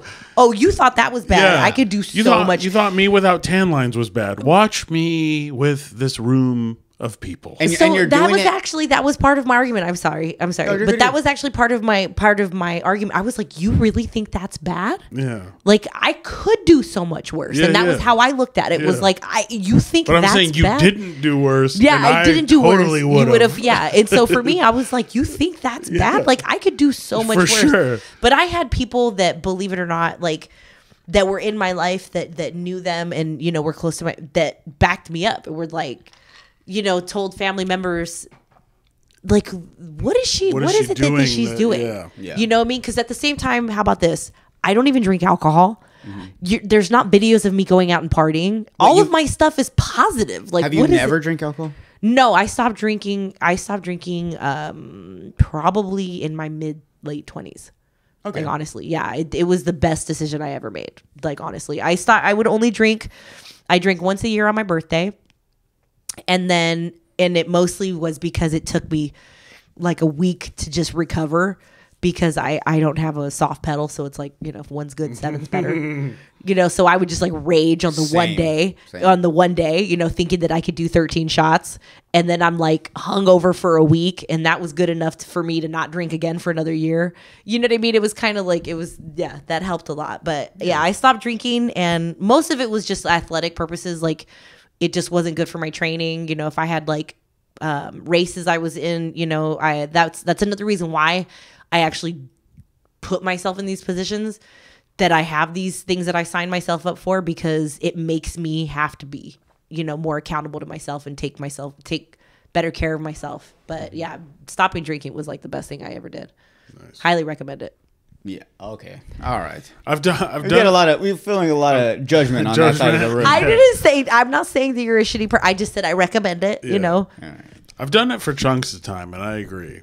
like when I met Jordan, I was like 8 months off of drinking, and then his horrible influence brought me right back. What? Piece of shit. Nobody No. that doesn't drink sits there and says, my life is so much worse now that I stopped drinking. No. Like nobody wouldn't that know. no one says that. No, Like, my life got so much worse when I stopped drinking. mean, a lot There's of- probably like a week or two. A lot of a lot of recovering alcoholics, at least in my experience, like they'll romanticize the shit out of their drinking days. And I mean, it doesn't sound like you had it doesn't sound like No, you were an I was- alcoholic. no, you just I- went from partying to partying way less to being like, I just don't need that. I honestly had total control of it. I would go out and I had it like down to a science. I would go out, I would take like 2 shots of Patron and have a drink, and that would just kind of like, it was like imagine You like were a little good. balloon, and you know, just like Yeah. "Woot," and kind of float along, and I'm like, and then the balloon would go Yeah. down, and my drink would like get me back up, and then it would fade out, and I'd leave the end of the night, and I'm still sober and I'm fine. You know, I had it kind of figured out, and I'm sympathetic enough to know that I had that switch to be able to stop it. And I understand, as far as I understand alcoholism is that they don't have that switch to stop. And so I guess that's just the difference, is just like, I've always been able to control it. It's never been a thing for me. I don't have that issue, and I'm blessed that I don't have that issue. And so when to make the decision to just stop drinking, it didn't ever. Also, that mindset that you have with everything that you've talked about, like where you're dialing it in, you're listening to your body. So you did that with drinking. So it was like scientific, it was proof Right. that drinking bad, not drinking good. Okay, adjust. I mean, even just the studies that there are now, there is not one positive outcome to I drinking mean, alcohol. There's, I mean, and I'm I just mean, kidding. I just mean to your body. I only mean to your body. It makes for a good time. Health-wise, yes. Health-wise, yes. like there isn't one. They used to say like, "Oh, the red wine's good for your Yeah, heart," wine, and then like yeah. Yo. none of that is true anymore, Real like quick, whatsoever. Side story: I had when I had one of my buddies once tell me that he was like, "Bro, you know, like red wine is good for your heart." I took it to a whole nother level. I went like a month where all I drank was red wine, but like the whole bottle. My heart is. I was like, my heart. extra good. My heart is great. My heart is so happy. It's so much better. So much better. It's the same color as my blood. It's got to be good for it. Yeah, it's same color as my heart. One glass will be good for my heart. Imagine a whole bottle. A whole bottle? I'm just like, you know. You know, and you know that you're when you're pregnant, you can drink red wine. Yeah, I've heard you can have like You a can. glass. You can have a glass of red wine when Yeah. you're pregnant. Yeah, I never tested that theory. I wasn't willing to like. No, luckily my girl Yeah. isn't like, she drank, but she wasn't like a big drinker. So when she like had to stop because she was pregnant, it was not a big deal at all. Like she, even now that our kid's 6 months, she's still breastfeeding, but there's no point of her that's like, I can pump and dump. Like she's like, I'm good. Like I don't need to. But I would always tell her like, you know, you could have like a glass, but you know, shouts out to her. Like good thing for not doing it. But I feel like you have to be pretty hard up when you're just like, you know what? They said I can have red wine. Okay, I can have red wine. Like how hard up are you? Yeah. You know, for again, that's those moments. Like it's just you're not pregnant forever. Yeah. Take a little bit of time out. It's not worth it. Yeah. But also on the other side, like when my wife was pregnant with our daughter, I was a brewer. I was working at breweries. So like if there was a new beer or something I was excited about, she'd be like, "Let me taste it." Little sip. You know what I mean? I think that's healthy versus like, I'm allowed to have 1 glass per night. I will have that. Yeah. And it's like, all right, like The bare like you're minimum. saying, you need it that bad. But at the same time, to completely abstain just because, dude, so many of us were conceived under heavy alcohol and yeah. tobacco consumption, and then like incubated for 9 months, you know, like Many bad decisions are made. Yeah, For sure. for sure. Many bold people are unleashed. Yeah. Oh yeah, that liquid courage is amazing. Yeah. It's you know, I have to tell you, so it's almost like somewhat of a even a little bit in this situation. I'm gonna say Watch your words. it's I feel it's offended already. actually no, it's almost like I've told this to people before. It's almost somewhat of like a social experiment for me to tell people that I don't drink. It's not so much the fact that me telling them that I don't drink. It's very interesting all the responses I get from people when I tell them that I don't drink. Right away, because they for don't know whatever why. reason, I get people feel compelled to tell me why they drink. I don't ask them. I felt that. I don't tell you like you shouldn't drink. All I'm telling you is that I don't. Yeah. I go into situations like, oh, do you want to? Oh no, I don't drink. Yeah. And people, oh well, I only drink sometimes, or I only drink when I'm going out, and I'm with. It's so interesting how people feel so compelled, So defensive, yeah, and like guilty, and I'm like, wow. All I told you was that I don't drink. Yeah. You get what you see what I'm saying? All you had to say was okay. All you had, yeah, exactly. All you had to say was okay. Like I didn't ask you. I'm not. And so you see what you do you see what I'm saying? It's such an interesting projection, it's such an interesting like social experiment when I tell people, or I've gone out and people are like, no, come on, just have one. Like a lot of people can't even wrap their mind around like how serious I am when I mean that I say it. They think that I mean like, oh, I don't really drink all the time. Like I only drink some. Or I only take shots or something. Yeah. I literally have not. No one thinks that. No. When someone says, I don't really drink, they don't go, oh, so you just do shots? No. Oh, come on. No, there's people I've met where like they're just like, oh, I don't really drink, but like I'll take a shot. No, or something. I get what he's saying. Like I don't drink, but if you have chilled Patron, I'll have several. Yeah, I mean, no, he's making the point that I'm saying is that people translate what I'm saying when I say I don't drink. They translate it to what they think that means. Like, oh, well, yeah, I only drink once in a while when I'm out. Like, they don't understand that I mean, like, I literally have not tasted alcohol in 4 years. Yeah. Nice. Like, I haven't even tasted it. Like, put it in a cup and thrown it back. Like, at all. And so, like, when I tell people that, like, they're like, oh, you, like, really mean you don't drink, drink. So, it's really interesting when that happens. And then they try to get me to drink because again, there you go. It's gonna make them feel better. Like I'll get this bitch to drink. Yeah. Like no fucking way she says no all the time. Yeah, and I get that. So I have to tell people like when they're like, no, just come on, have one, and I have to like look at them and be like, there are no words that you could formulate into a sentence that is going to get me to drink. Period. Yeah. So give it up. Yeah. Like I have to like because they're so like come on just what and I'm like oh my god I don't want to go through this, you know what I mean? I don't want to like deal with that. Let me give you a scenario. All right, you're on the podcast and I say hey like thanks for coming out. I just want to let you know like I have cancer, I'm going to pass away soon. All I ask is like you would take a shot with me. Would you do it? 100%. All right. His make-a-wish. 100%. I'm not a walking asshole. You know what I mean? Like no. Like I probably would do something like that. Yeah. No, yeah, and going. It's I'm not saying that like it like I look at it like oh my god don't put it near me and like it's poison. No, it's not. I'm totally fine without it. Like if you were to go out with me and like go out to a club, you would have no idea I'm sober whatsoever. Yeah. No, going back to going. Yeah. It's like a talent. I'm throwing up everywhere. Oh yeah.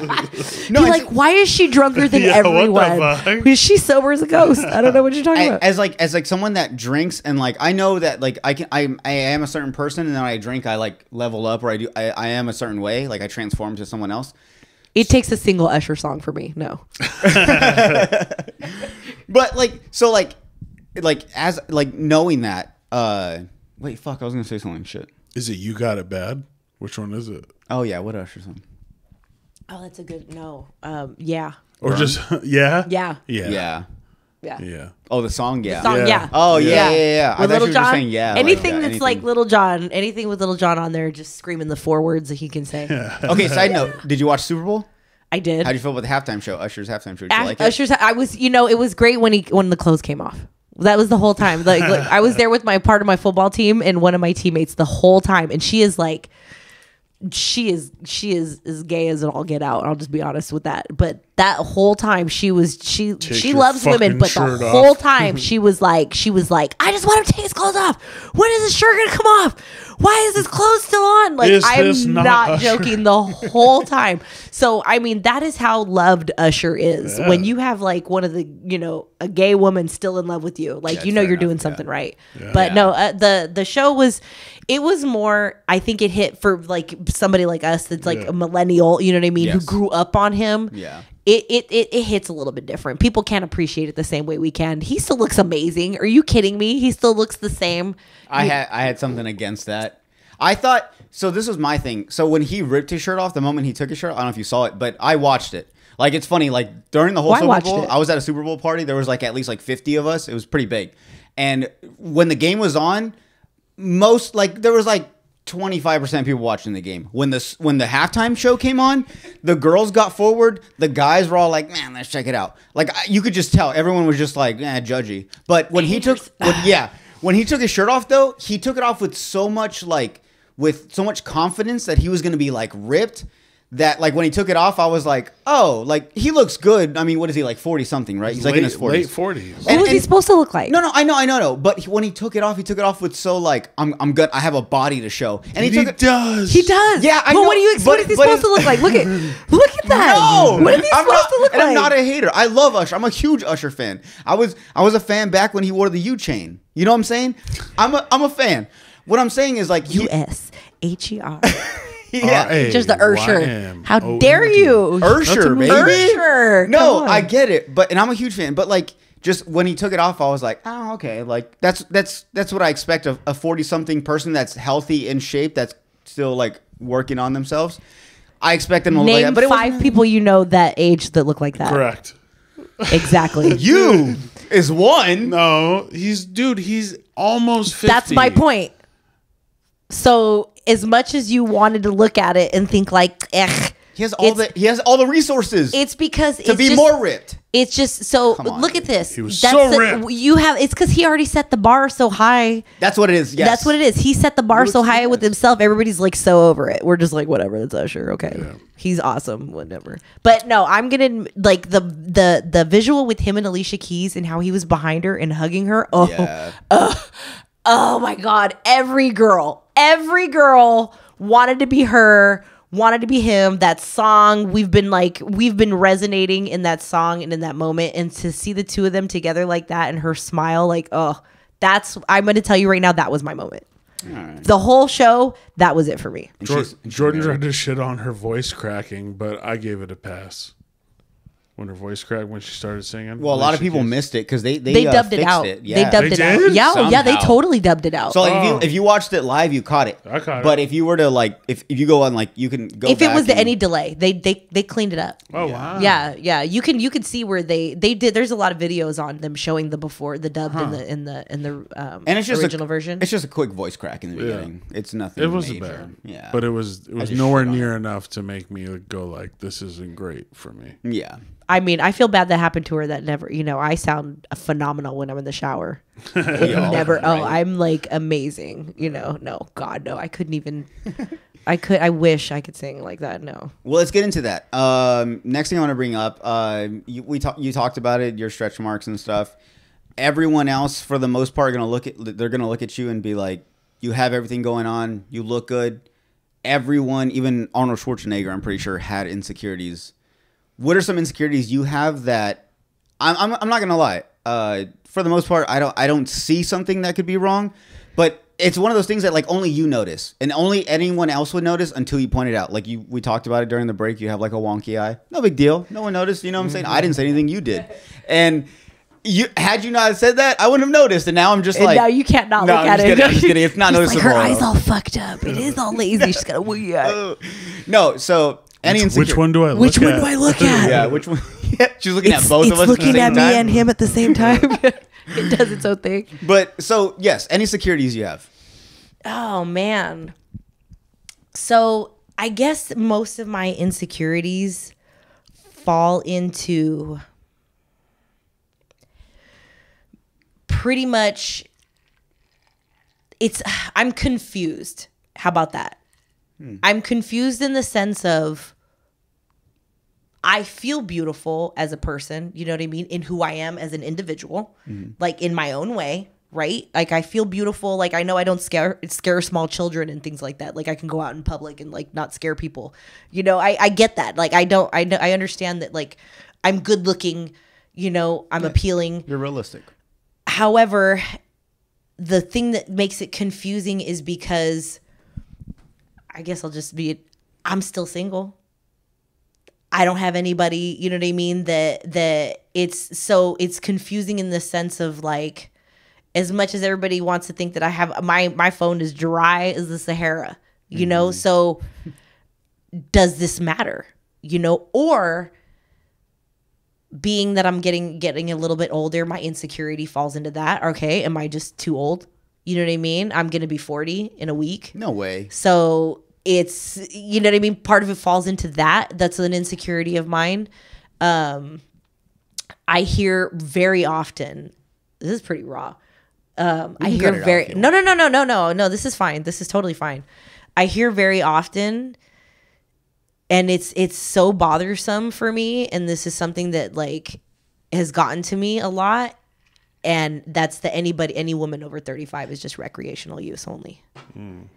And that shit hurts. I see. I've heard that so fucking much.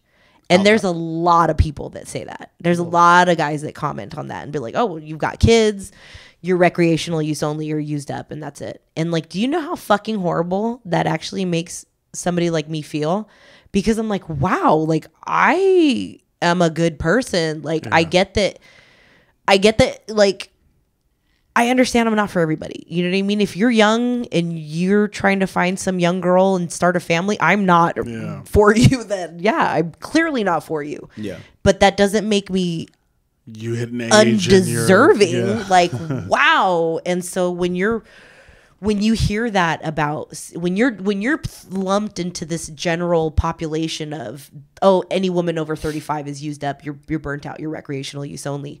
That fucking stings. Yeah. And so you wonder, so then all that gets in my head is like, how many people think that? Does everybody think that? You know? And so it is very confusing. Like I said, so all I can do is like, okay, like I have to not think about it too much because it'll fucking kill me. It'll bother me so much. And and so I have to reassure myself and be like, look, I am who I am. Like I can't be worried about what everybody else thinks, what the stigma is. I have no control over the stigma in life. I have no control over what society creates as what's beautiful or what's not beautiful or what's acceptable or what, you know what I mean? What people want to, I have no control over any of that. The only thing I can control is what I can do for myself and what I feel makes me pretty and what I'm comfortable with. And, and that's all I can do. But it further confuses me then when I see the girls that are, again, who are blowing up the most on social media. They got the lips and the Botox and they're just, you know what I mean? They're just so perfect looking. And I look at that and I'm like, wow, I don't look anything like that. You know what I mean? And I'm like, do I have to look like that? Is that what I'm supposed to look like now? Do I have to change all this about me? You see what I mean? It's all these things. It is the pressure. So I'm just as susceptible to feeling the pressures of things like that. But at the same time, I'm trying not to, and it's really just confusing in the sense of, I don't know what anybody wants, and I don't know, do I have to change something about myself to fall in line? So, as much as I want to be like, I just do what I want, it's very confusing, but yes, I'm just as insecure as the next person. And I just do my best, to overcome it, and being confident in who I am and doing these things that, like I said, fill my cup. And, I don't need anybody. I'm not the kind of girl that's actually one of the good things that one of my best friends and we talk about a lot. I'm definitely not one of those girls though that's so enveloped in it that when we go out, I'm like, do I look okay? How do I look? Does this look okay? I don't do that. I'm like, I'm at the same time, I am in tuned enough with my masculine side that I am aware that turns enough people off. Like, I know that my muscle alone on my body and the way that I look just eliminates a huge percentage of men or a category of people to be attracted to me. Like, just first and foremost. Like, I get that. I know that people don't like muscle on a woman's body. They don't like when I look too manly to some people. There's too much. Totally fine. I get that. That eliminates an entire category, and so I have to like delve in that world and tread on that line. How far do I want to go? How far do I want to be comfortable? And so that's when the people really start to judge you. If you kind of put yourself into a category of fitness, now it's everything. Yeah. Now it's looking at like, you know, a little bit of back fat. It's looking at, you know, just it's everything. It's so crazy. Yeah, but another thing too though is like you say all that stuff like yeah, like guys, you know, certain people don't like, you know, that women have muscular bodies or whatever. That's just I'm just gonna tell you like that just falls under another like thing that guys either have a thing for or don't, or you know, people have a thing for or don't. It could be like your muscular body, it could be your hair, it could be it could be anything. Yeah, guys into BBLs who aren't into BBLs. No, Exactly. And that's what I mean. Like it's so obviously it doesn't stop me. No, you know what yeah, I mean? yeah. I've been Obviously. you know, I've been a lot bigger. I've been a lot more muscular, you More know, ripped. more ripped. I've looked a little bit more masculine, you know, a little bit softer. I've done so many crazy things to my body and changed it in so many different ways. And I've heard the judgment of every single which way possible about it. Yeah. So it just like goes in one ear out the other. So but it's more so I get more positive feedback when I look a lot more feminine. Take, for example, how about this? Take, for example, the things that I post on Instagram. If I post me in my football gear, I get way less comments than something that I post just me looking like this in the gym or in a sports bra and shorts. I get way more comments, you know, about that. So there's kind of like a little example for you right there. Nobody wants to see that. Nobody cares. So you then, know, so then leading into that, now we can get into football. Wow. So with on top of, you know, I would say one of your insecurities would be like maybe possibly that, you know, your masculine body or whatever, as anyone would see it or whatever. But also getting into like, I'm gonna sound like a piece of shit, but like getting into like a men's sport as a woman, like that also pushes you have the body, you know, like the strong body that we're not used to, like on a woman. And then on top of that, you play like a man sport, and it's not, I don't want you guys to know, it's not lingerie football. It's not the sexy, like, you know, they're going to be tough, but they're also going to look sexy. You're in full pads. Full pads. It's regular football. It's 100 yards. It's we field goal, we punt. It is Can we say the name regular. of the league? Yes, the WNFC. WNFC? The Women's National Football Conference. Okay. I am. So yeah, no, it's full regular football. There's 16 national teams. I mean, they're all franchised just like the NFL. It's all the same rules essentially. You know, the only difference is things like college rules. If we, you know, kick off from a 35-yard versus the 40-yard line, it's like things like that. Those 11, are the only 11 on 11. 11 on 11. Yeah, we play regular football, and so for the most part, that as well. I understand that can be super masculine or a turnoff, or I don't even like to use this word. Everybody likes to use this word. I don't like to use this word only because it's not what I'm trying to be, but everybody says intimidating. And so they think that like I come across too intimidating for somebody, and I don't think that. I don't like to say that. I don't want to walk around like I'm just too intimidating for men. Men just can't handle me. I'm not like that kind of girl. You know what I mean? If they like it, you know what I mean? I can be. When you actually get around me and you see what I'm like, and you see that I'm not overbearing, you know what I mean, or anything like that. I'm not trying to impose my lifestyle on anybody. Most of my friends that I bike with don't go to the gym at all, are not the healthiest people. Oh, I know. We have a friend. You can ask them. I don't pressure anybody. Yeah. I don't give anybody shit about anything. It's, you know, I do me, you do you, and I love them. Yeah. I love everything about those people. I wouldn't want to change anything. If one of them came to me and says, Jennifer, because this has happened, Jennifer, I really want to get healthy. Like, yeah. I'm really uncomfortable. I can help you. If you know what I mean? Like, that's how I look at it. But I don't go around like putting people down or anything like that. I'd be like, I can't believe you're going to eat that. Like, you're really going to that's what you're going to do? Like, no, my God, no, I don't. You know, I don't want to treat anybody like that. I'm not better than anybody. Yeah. You know, what I do is just what I do, you know, and that's how I look at it. If you want to feel good, I could tell you I can help you, you know, and I wish everybody could feel this way, but they can't. Everybody has to kind of figure it out on their own. But yeah, the judgment is more, I know how to surround myself with people. My big thing in life is having peace. That's what I pride myself on. I have peace. I have people around me. I do things that I want to do. And the people that are around me are super positive as well. They're all really happy. You know what I mean? For the most part, like everybody does, you know, have good intentions. I think I like people with good character, and I try to be, you know what I mean, keep that around me. I'm inspired by the women that I play football with. Are you kidding me? Yeah. Like, so for the most part, going into football was like finding all these women that were just like me.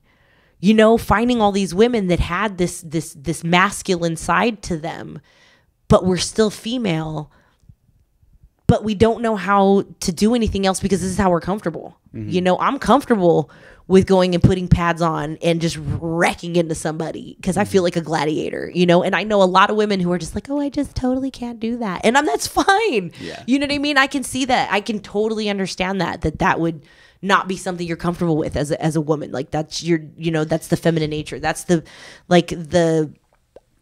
I'm so in tune with all ends of it. You know, I can be just as feminine, but I can also be really masculine. And that's just that it's not necessarily nature. It's my nurture. I grew up that way. Okay. I grew up around my dad. I grew up around my brother. I was playing sports with boys. I grew up all around boys, wrestling boys, fighting with boys. You know what I mean? And around my brother, I had like 10 brothers. I only have one brother, but I had like 10 with all his friends. You know, they were all older than me. Just, you know, playing sports with them and wrestling them and working out at our house in the backyard. And like, to me, I was just comfortable with that. And so like I tapped into my masculine side because that's what I was comfortable with. And that's what was just natural. We would just play sports, you know? And so I almost had to learn how to be a girl when I got into high school. You know, I had my cousins had to have like basically an intervention on me and like get me to like pluck my eyebrows and shave my legs because that was too embarrassing to take anywhere at that point. They were just like, dude, we can't take you anywhere. We're like, you got to like make an effort to be a girl. Yeah. You know, and to me, I was like, why? It was never an issue. Nobody cared before. Yeah. You know, and it's because now I'm getting into like teenager and like I have to care. You know, apparently I had to care, and I was so oblivious to it because I was, again, it was what I was around. I was around sports and wrestling and playing, you know, soccer and basketball with boys. Like, what? I've got to be a girl. I got to dress up and do makeup. And like, you know, I didn't understand that. So when I started to get into that, and I fucked that up really bad. I can tell you that right now. I was like such an ugly duckling growing up. But it was such a blessing in disguise. I think that it gave me a chance to develop a personality. You know, I didn't grow up hearing that I was beautiful. I didn't grow up hearing that I was pretty. Me either. I never, nobody told you that? No. But I mean, imagine as a girl, like I didn't grow up hearing that. That wasn't any way that anybody described me. So to not hear that and to hear that later, I guess admittedly, it's like, I don't know if I can believe it. Like, it wasn't something I heard before. And so to hear it now, I believe it and I understand it, but I'm able to take it as the compliment that it is. You think I'm beautiful. It's perspective. It's beauty's in the eye of the beholder. I appreciate it when people compliment me. Like, you know, it's thank you. But I don't walk around just thinking like fucking everybody should think I'm hot shit, whatever. No, it's not like that. But yeah. Well, going back to football, because we kind of got a little sidetracked. No, you're good. You're good. Why football? I have a few questions. One, were you like a football fan?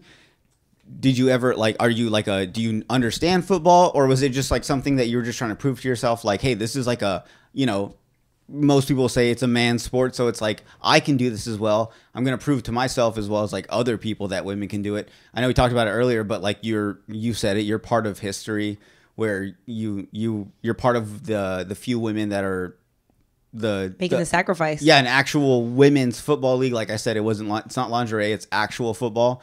Just like the guys would wear same everything, almost the same rules, you know what I'm saying? So like, why football? You could have done like, you know, soccer or basketball or So I was playing soccer. So I was playing varying. So after COVID, a lot of it comes from COVID. So like COVID, like obviously destroyed everybody and everything. The whole world just shut down. Yeah. So what I had planned on doing, what I had plans for in the beginning of the year, obviously fell through.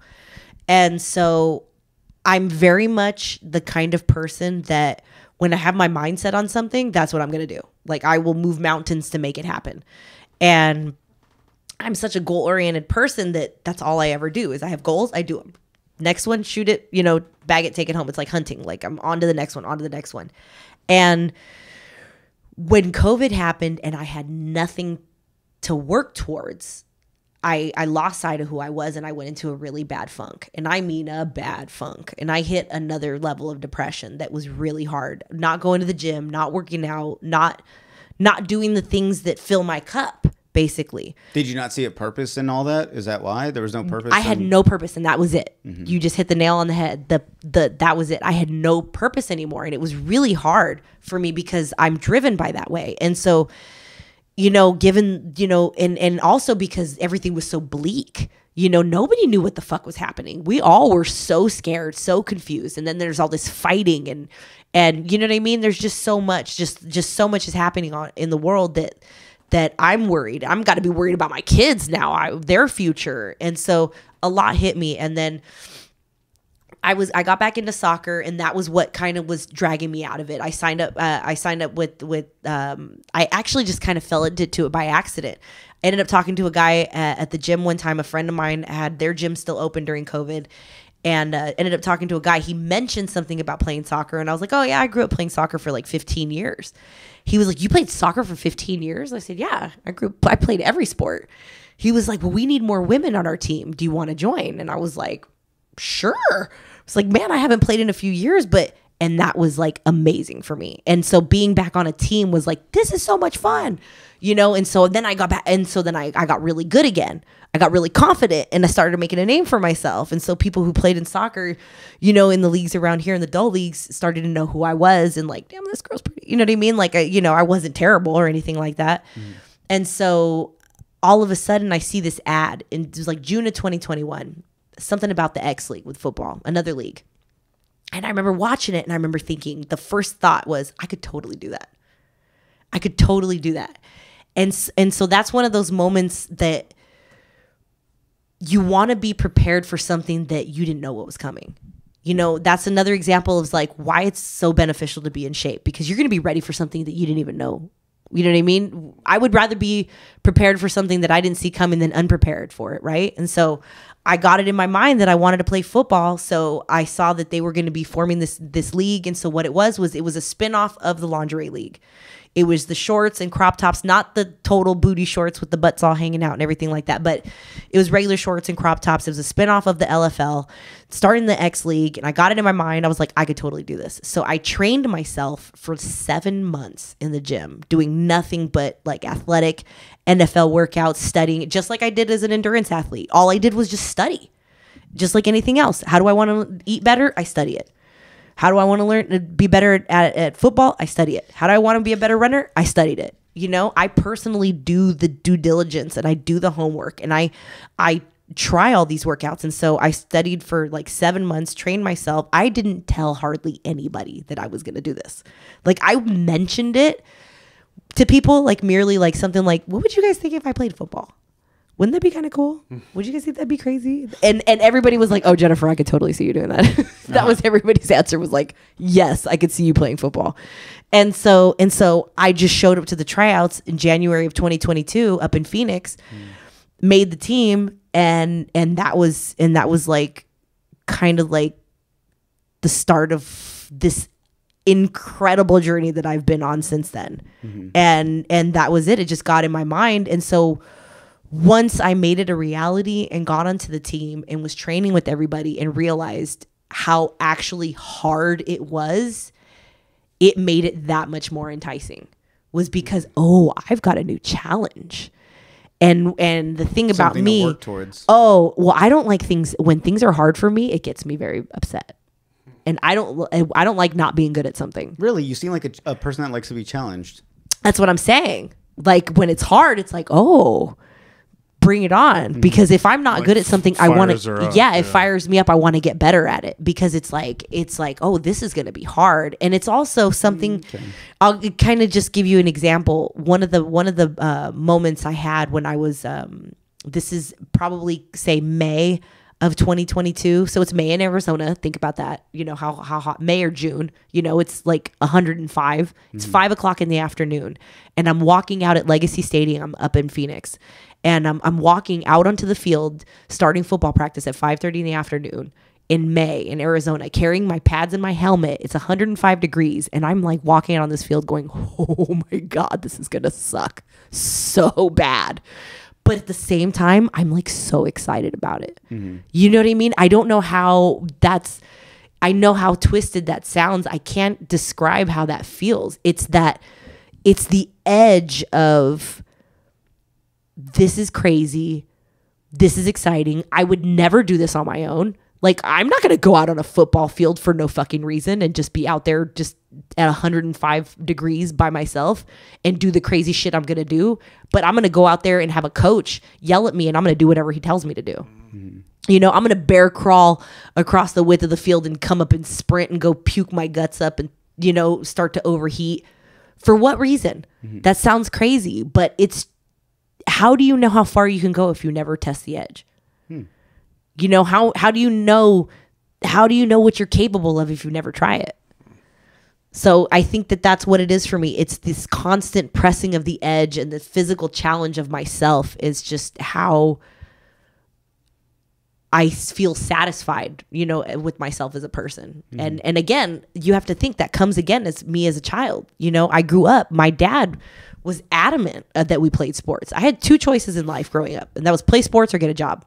Damn, same. That was it. And so like I played sports year round all the time, and it was being tough. And so for me, I guess if you want to know with football, that kind of leaned into a little bit of maybe making my father happy.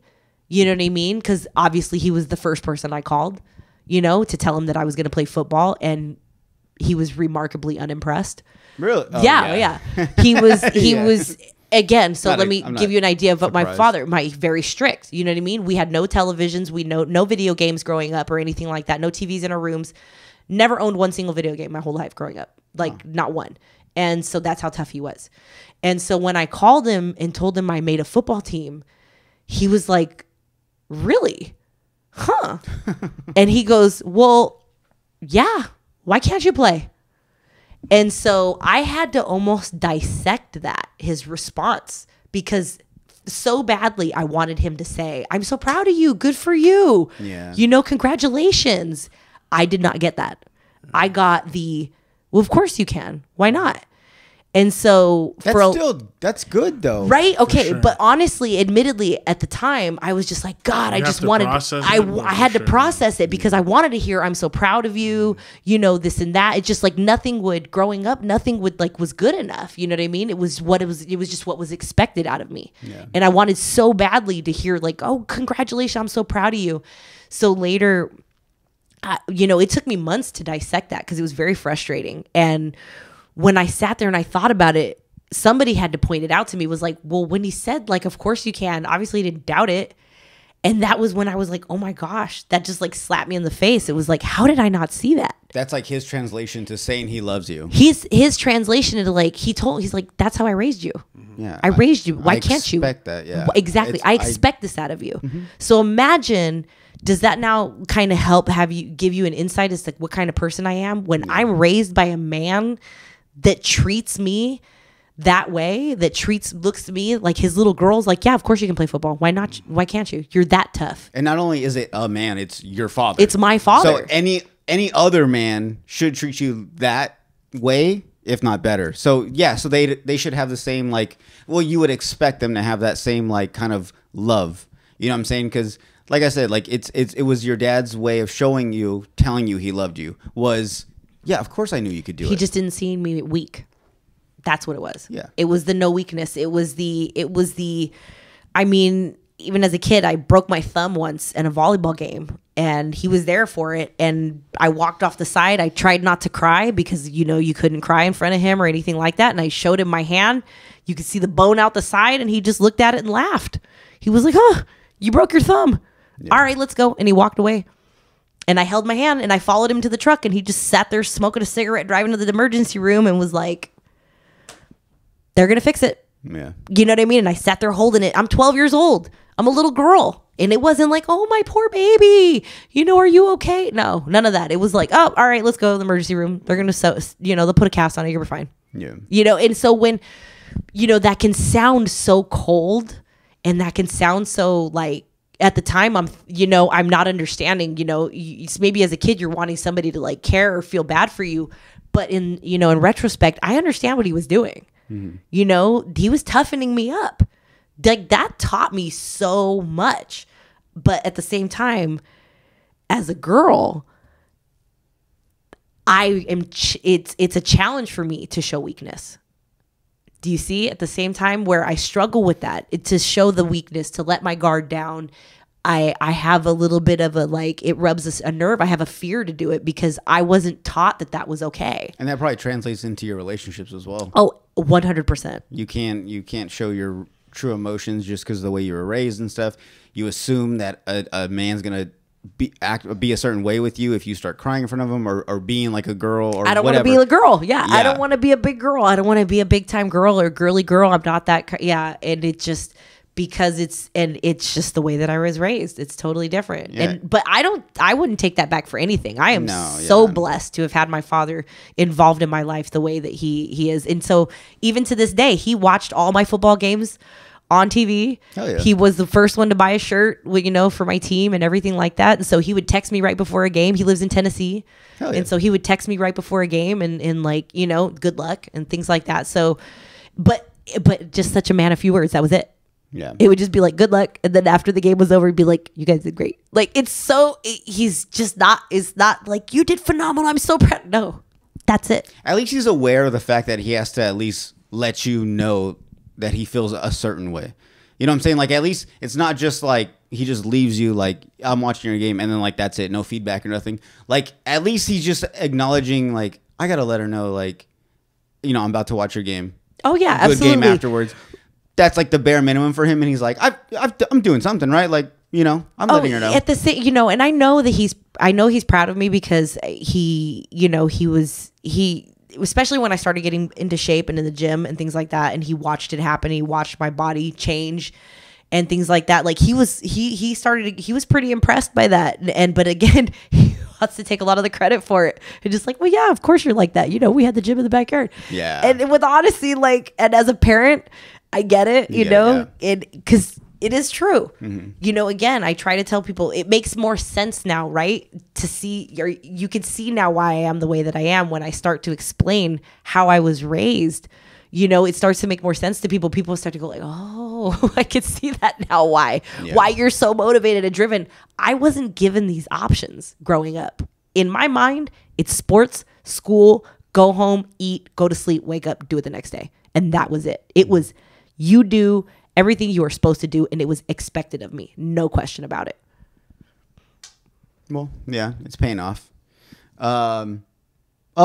Before we go, I want to talk about something I know you're really big into, but your whole bike life thing.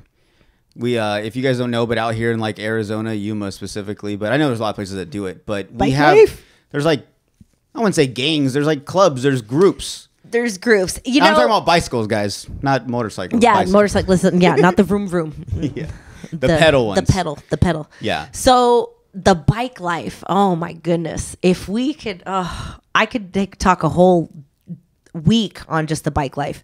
We'll have to have you on again. We'll get more into this, but yeah, we can brush over it. If people can really understand what this bike life community is like, what a blessing it is, and what I mean that what we have going on here in Yuma. What we have going on here in Yuma with bike life is very unique.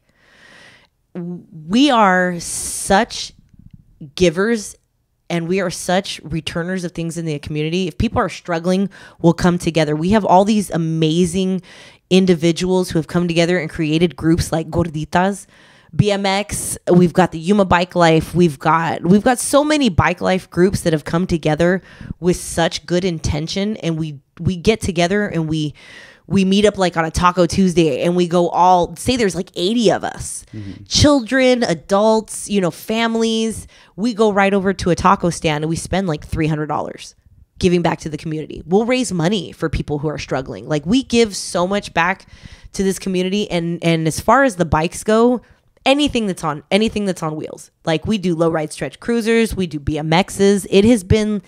It is just this amazing community of people. And the best part about it is that you're going to find people from all walks of life. And I think that that's the key to it, is that we're all brought together by just this one little thing that's on two wheels.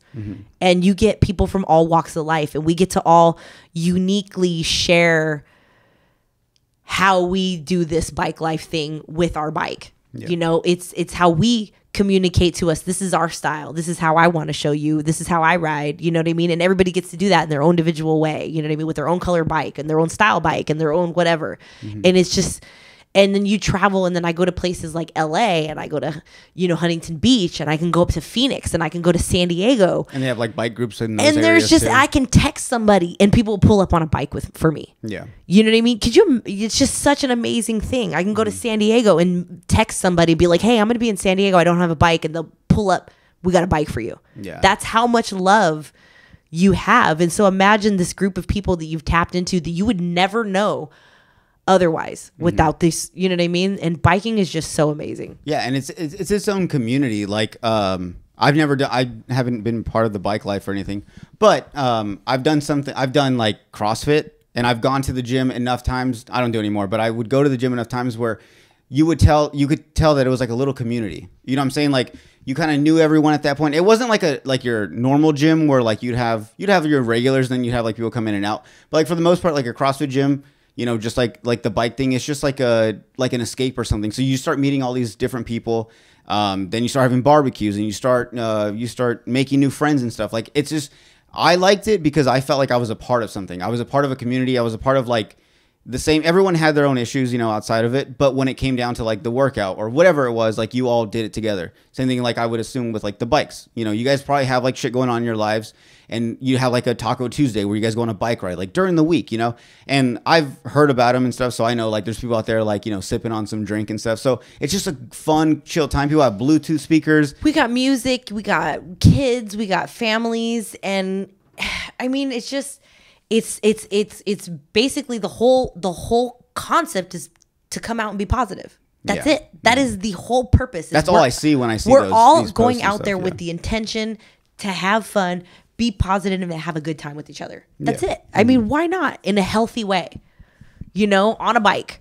And so we've got people who show up with their families, children with special needs who can't even ride a bike, and they put them on a trailer and they pull them. Oh, yeah. You know what I mean? It's so amazing to see things like this and to take it to the level that we've taken it to, as far as I remember when they had the floods out in Gila Bend, they had on the news, they showed the bike life community show up, pulled up. We got blankets, we had waters, you know, donated tons of cases of water and clothes and things like that. So much so that in 2022, when I started traveling for football and I stopped in the Gila Bend gas station, one of the guys, the cashiers, was like, "Hey, Yuma Bike Life." And I said, I said, yeah. And I laughed, and he goes, "I recognize you." He was like, "I was one of the first people that got some of the water and stuff that you guys donated when we had the flood here.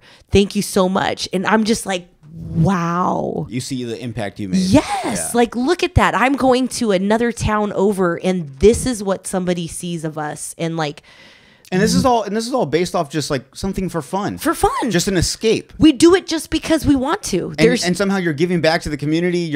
And it's all just like, we're having, like, this isn't work at all. This isn't anything crazy. It's just, we get to ride bikes. We get to have some fun with our friends. I get to and hang then out with the coolest people I love to be around. Yeah. Everyone seems cool that does it. And like you said, you meet different people of walks of life and stuff. I see it. I see, like, you know, you see some people that like normally you probably wouldn't hang out with. But when you go on this bike ride together, you guys are cruising together, you guys just start chatting it up, and it's like, oh, we have some shit in common. Like, I see like all the different types of people. I have some family members that are part of it. I have some friends that are into it, so I kind of have an idea of it. But I think we should make a trip out sometime. It honestly, so it's not even so. It's so much that when I started like leveling up and traveling outside of Yuma more with it, and like in Phoenix, in LA, to have opportunities to like, I have videos of like riding in like grimy downtown LA with 15 other BMXers. I'm the only girl. We're riding through the hood. You know, it's such a unique experience. Yeah, I can imagine. It's super. We're getting chased by homeless people with brooms and things like that. And I'm like, you know, but we're just grimy riding through it. Kind of, it's as an adult, it's like being a kid again, admittedly. Like, it feels so like youthful. It's such a thing you do as a kid, just to go ride this bike. It's so freeing. I had this girl that I knew a few years ago, and she grew up in Mexico. She never learned how to ride a bike.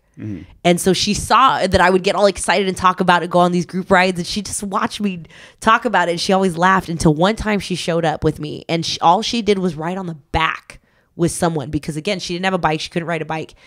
And after she rode just on the back for like 10 minutes with us through downtown Phoenix, she got off the bike and she told me, she goes, I understand now. I get it. Yeah. Now I get it. And it was just like, you can't explain it to somebody until they go out there and experience it. Go ride a bike. Yeah. There's so much fun. It's the easiest thing you can do. Yeah. I was just thinking as you were talking, I was like, me and Emil need to go out there and go on a ride. Like, it'd be cool if like we did like the bike, either we do a tandem bike, like the two-seaters, tandem, or we'll switch, but like you ride the bike and we'll have like the little trailer in the back that the kids sit in, but I can sit back there, and then we'll switch like I don't know. What about pegs?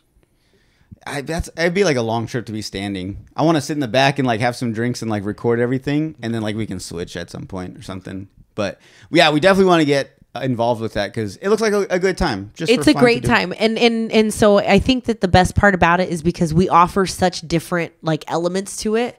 And what I mean by that is like we've got like Monday BMX, so it's going to be a little bit faster pace, and it's a little bit more for the faster pace hardcore riders. It's going to be a lot more miles, a little bit more of a workout. We got the Taco Tuesdays where that's a slower pace. You've got the stretch cruisers. You got the babies, the kids, and things like that. The little carts, the buggies, whatever, things like that. Yeah. And then you have, again, Thursdays is the same way. And so it just, there's a little bit for everybody. You know what I mean? If you want to ride fast, you can ride fast with us. If you want to ride slow and just cruise, you can come show up on those nights. Oh, yeah. So just kind of like, whatever floats your boat. Hell yeah. Well, Jennifer, I don't want to take much of your time. We've taken a lot of it. No, it's okay. I totally appreciate it. This was a long time coming. No, it really was. Yeah. Real quick. Yeah. Me and you had been talking for a while. This was before you were even born.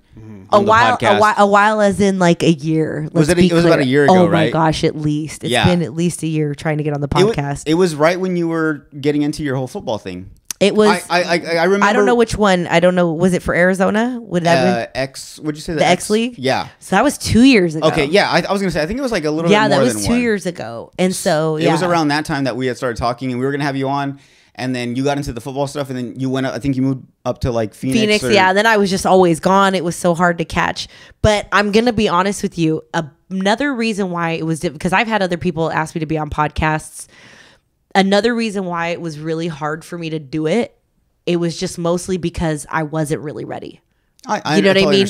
It's being vulnerable and raw 100%. And honest and there's like I said, I like to have a lot of peace in my life, and I feel like there's timing is right for everything. And so like I wasn't in a position that I was confident enough to even talk about myself. Oh, yeah. Okay. You know what I mean? I wasn't like sure. I was going for this thing because I was trying to find myself. I had, you know what I mean? I was lost. So like I wasn't ready. I didn't even have the confidence to sit here and speak. To me, I was like, who the fuck am I? Why does anybody give a shit about me? You know what I mean? I'm nothing fucking special. Yeah. I mean, yeah. And it's just all subjective, I guess you could say. Yeah, exactly. And so it just, and so for, and that's where we get that kind of, that concept of like, where you kind of just feel like you're not good enough or you're a fake, you know what I mean? Imposter syndrome. Yeah, where you deal with imposter syndrome where you're like, and I have to like get over that. You really do have to get over that, You have to accept you're good at some things. Yeah. Or you're You can't just always put yourself down like, oh, like, no, why would anyone want to talk to me? Like, I don't, you know what I'm saying? But like, obviously the more we've talked on and off camera, like you're a very interesting person. Everyone has their own stories. Everyone has their own struggles. Everyone has like their own thing that's going on in their life. So everyone I believe is interesting. Like, I mean, for the most part, you know what I'm saying? But you specifically, yes, like I am an interesting individual. I do admit that. That's one thing I do pride myself is I am a unique creature for sure. No, and I'm sure you have way more stories. I'm sure there's like way more we didn't get on today's episode. For sure. But we'll definitely have you on again. Before we go, do you have any plugs? Any like where can we find you on social media? So football? For me, Juicy Jen Fit is Instagram. It's the only social media I have right now. I try to streamline it to keep it all together, but I'll put it right here. It blocks a mill. I'll put it right here. Yeah, Juicy right here. Juicy Jen Fit. Yep, right there. Right here.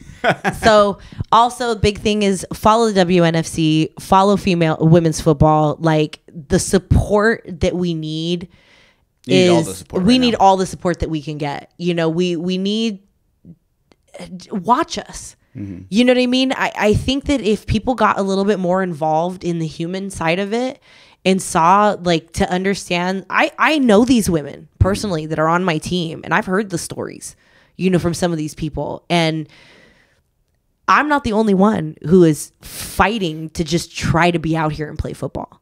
You know, that it's giving and sacrificing so much. And it's like to hear our reasons why we're out here doing this is mind blowing. You know what I mean? Everybody has their reason why. And not one single part of it is for money. Nobody's out here doing it for monetary value. None of us are out here trying to be famous. None of us are out here trying to make $1 million freaking dollars because we know we can't. We just want to play football. And so I think that if you go out there and you, as passionate as we are, why don't you want to watch a bunch of people that are so passionate about the game and really trying? So it's a lot of fun.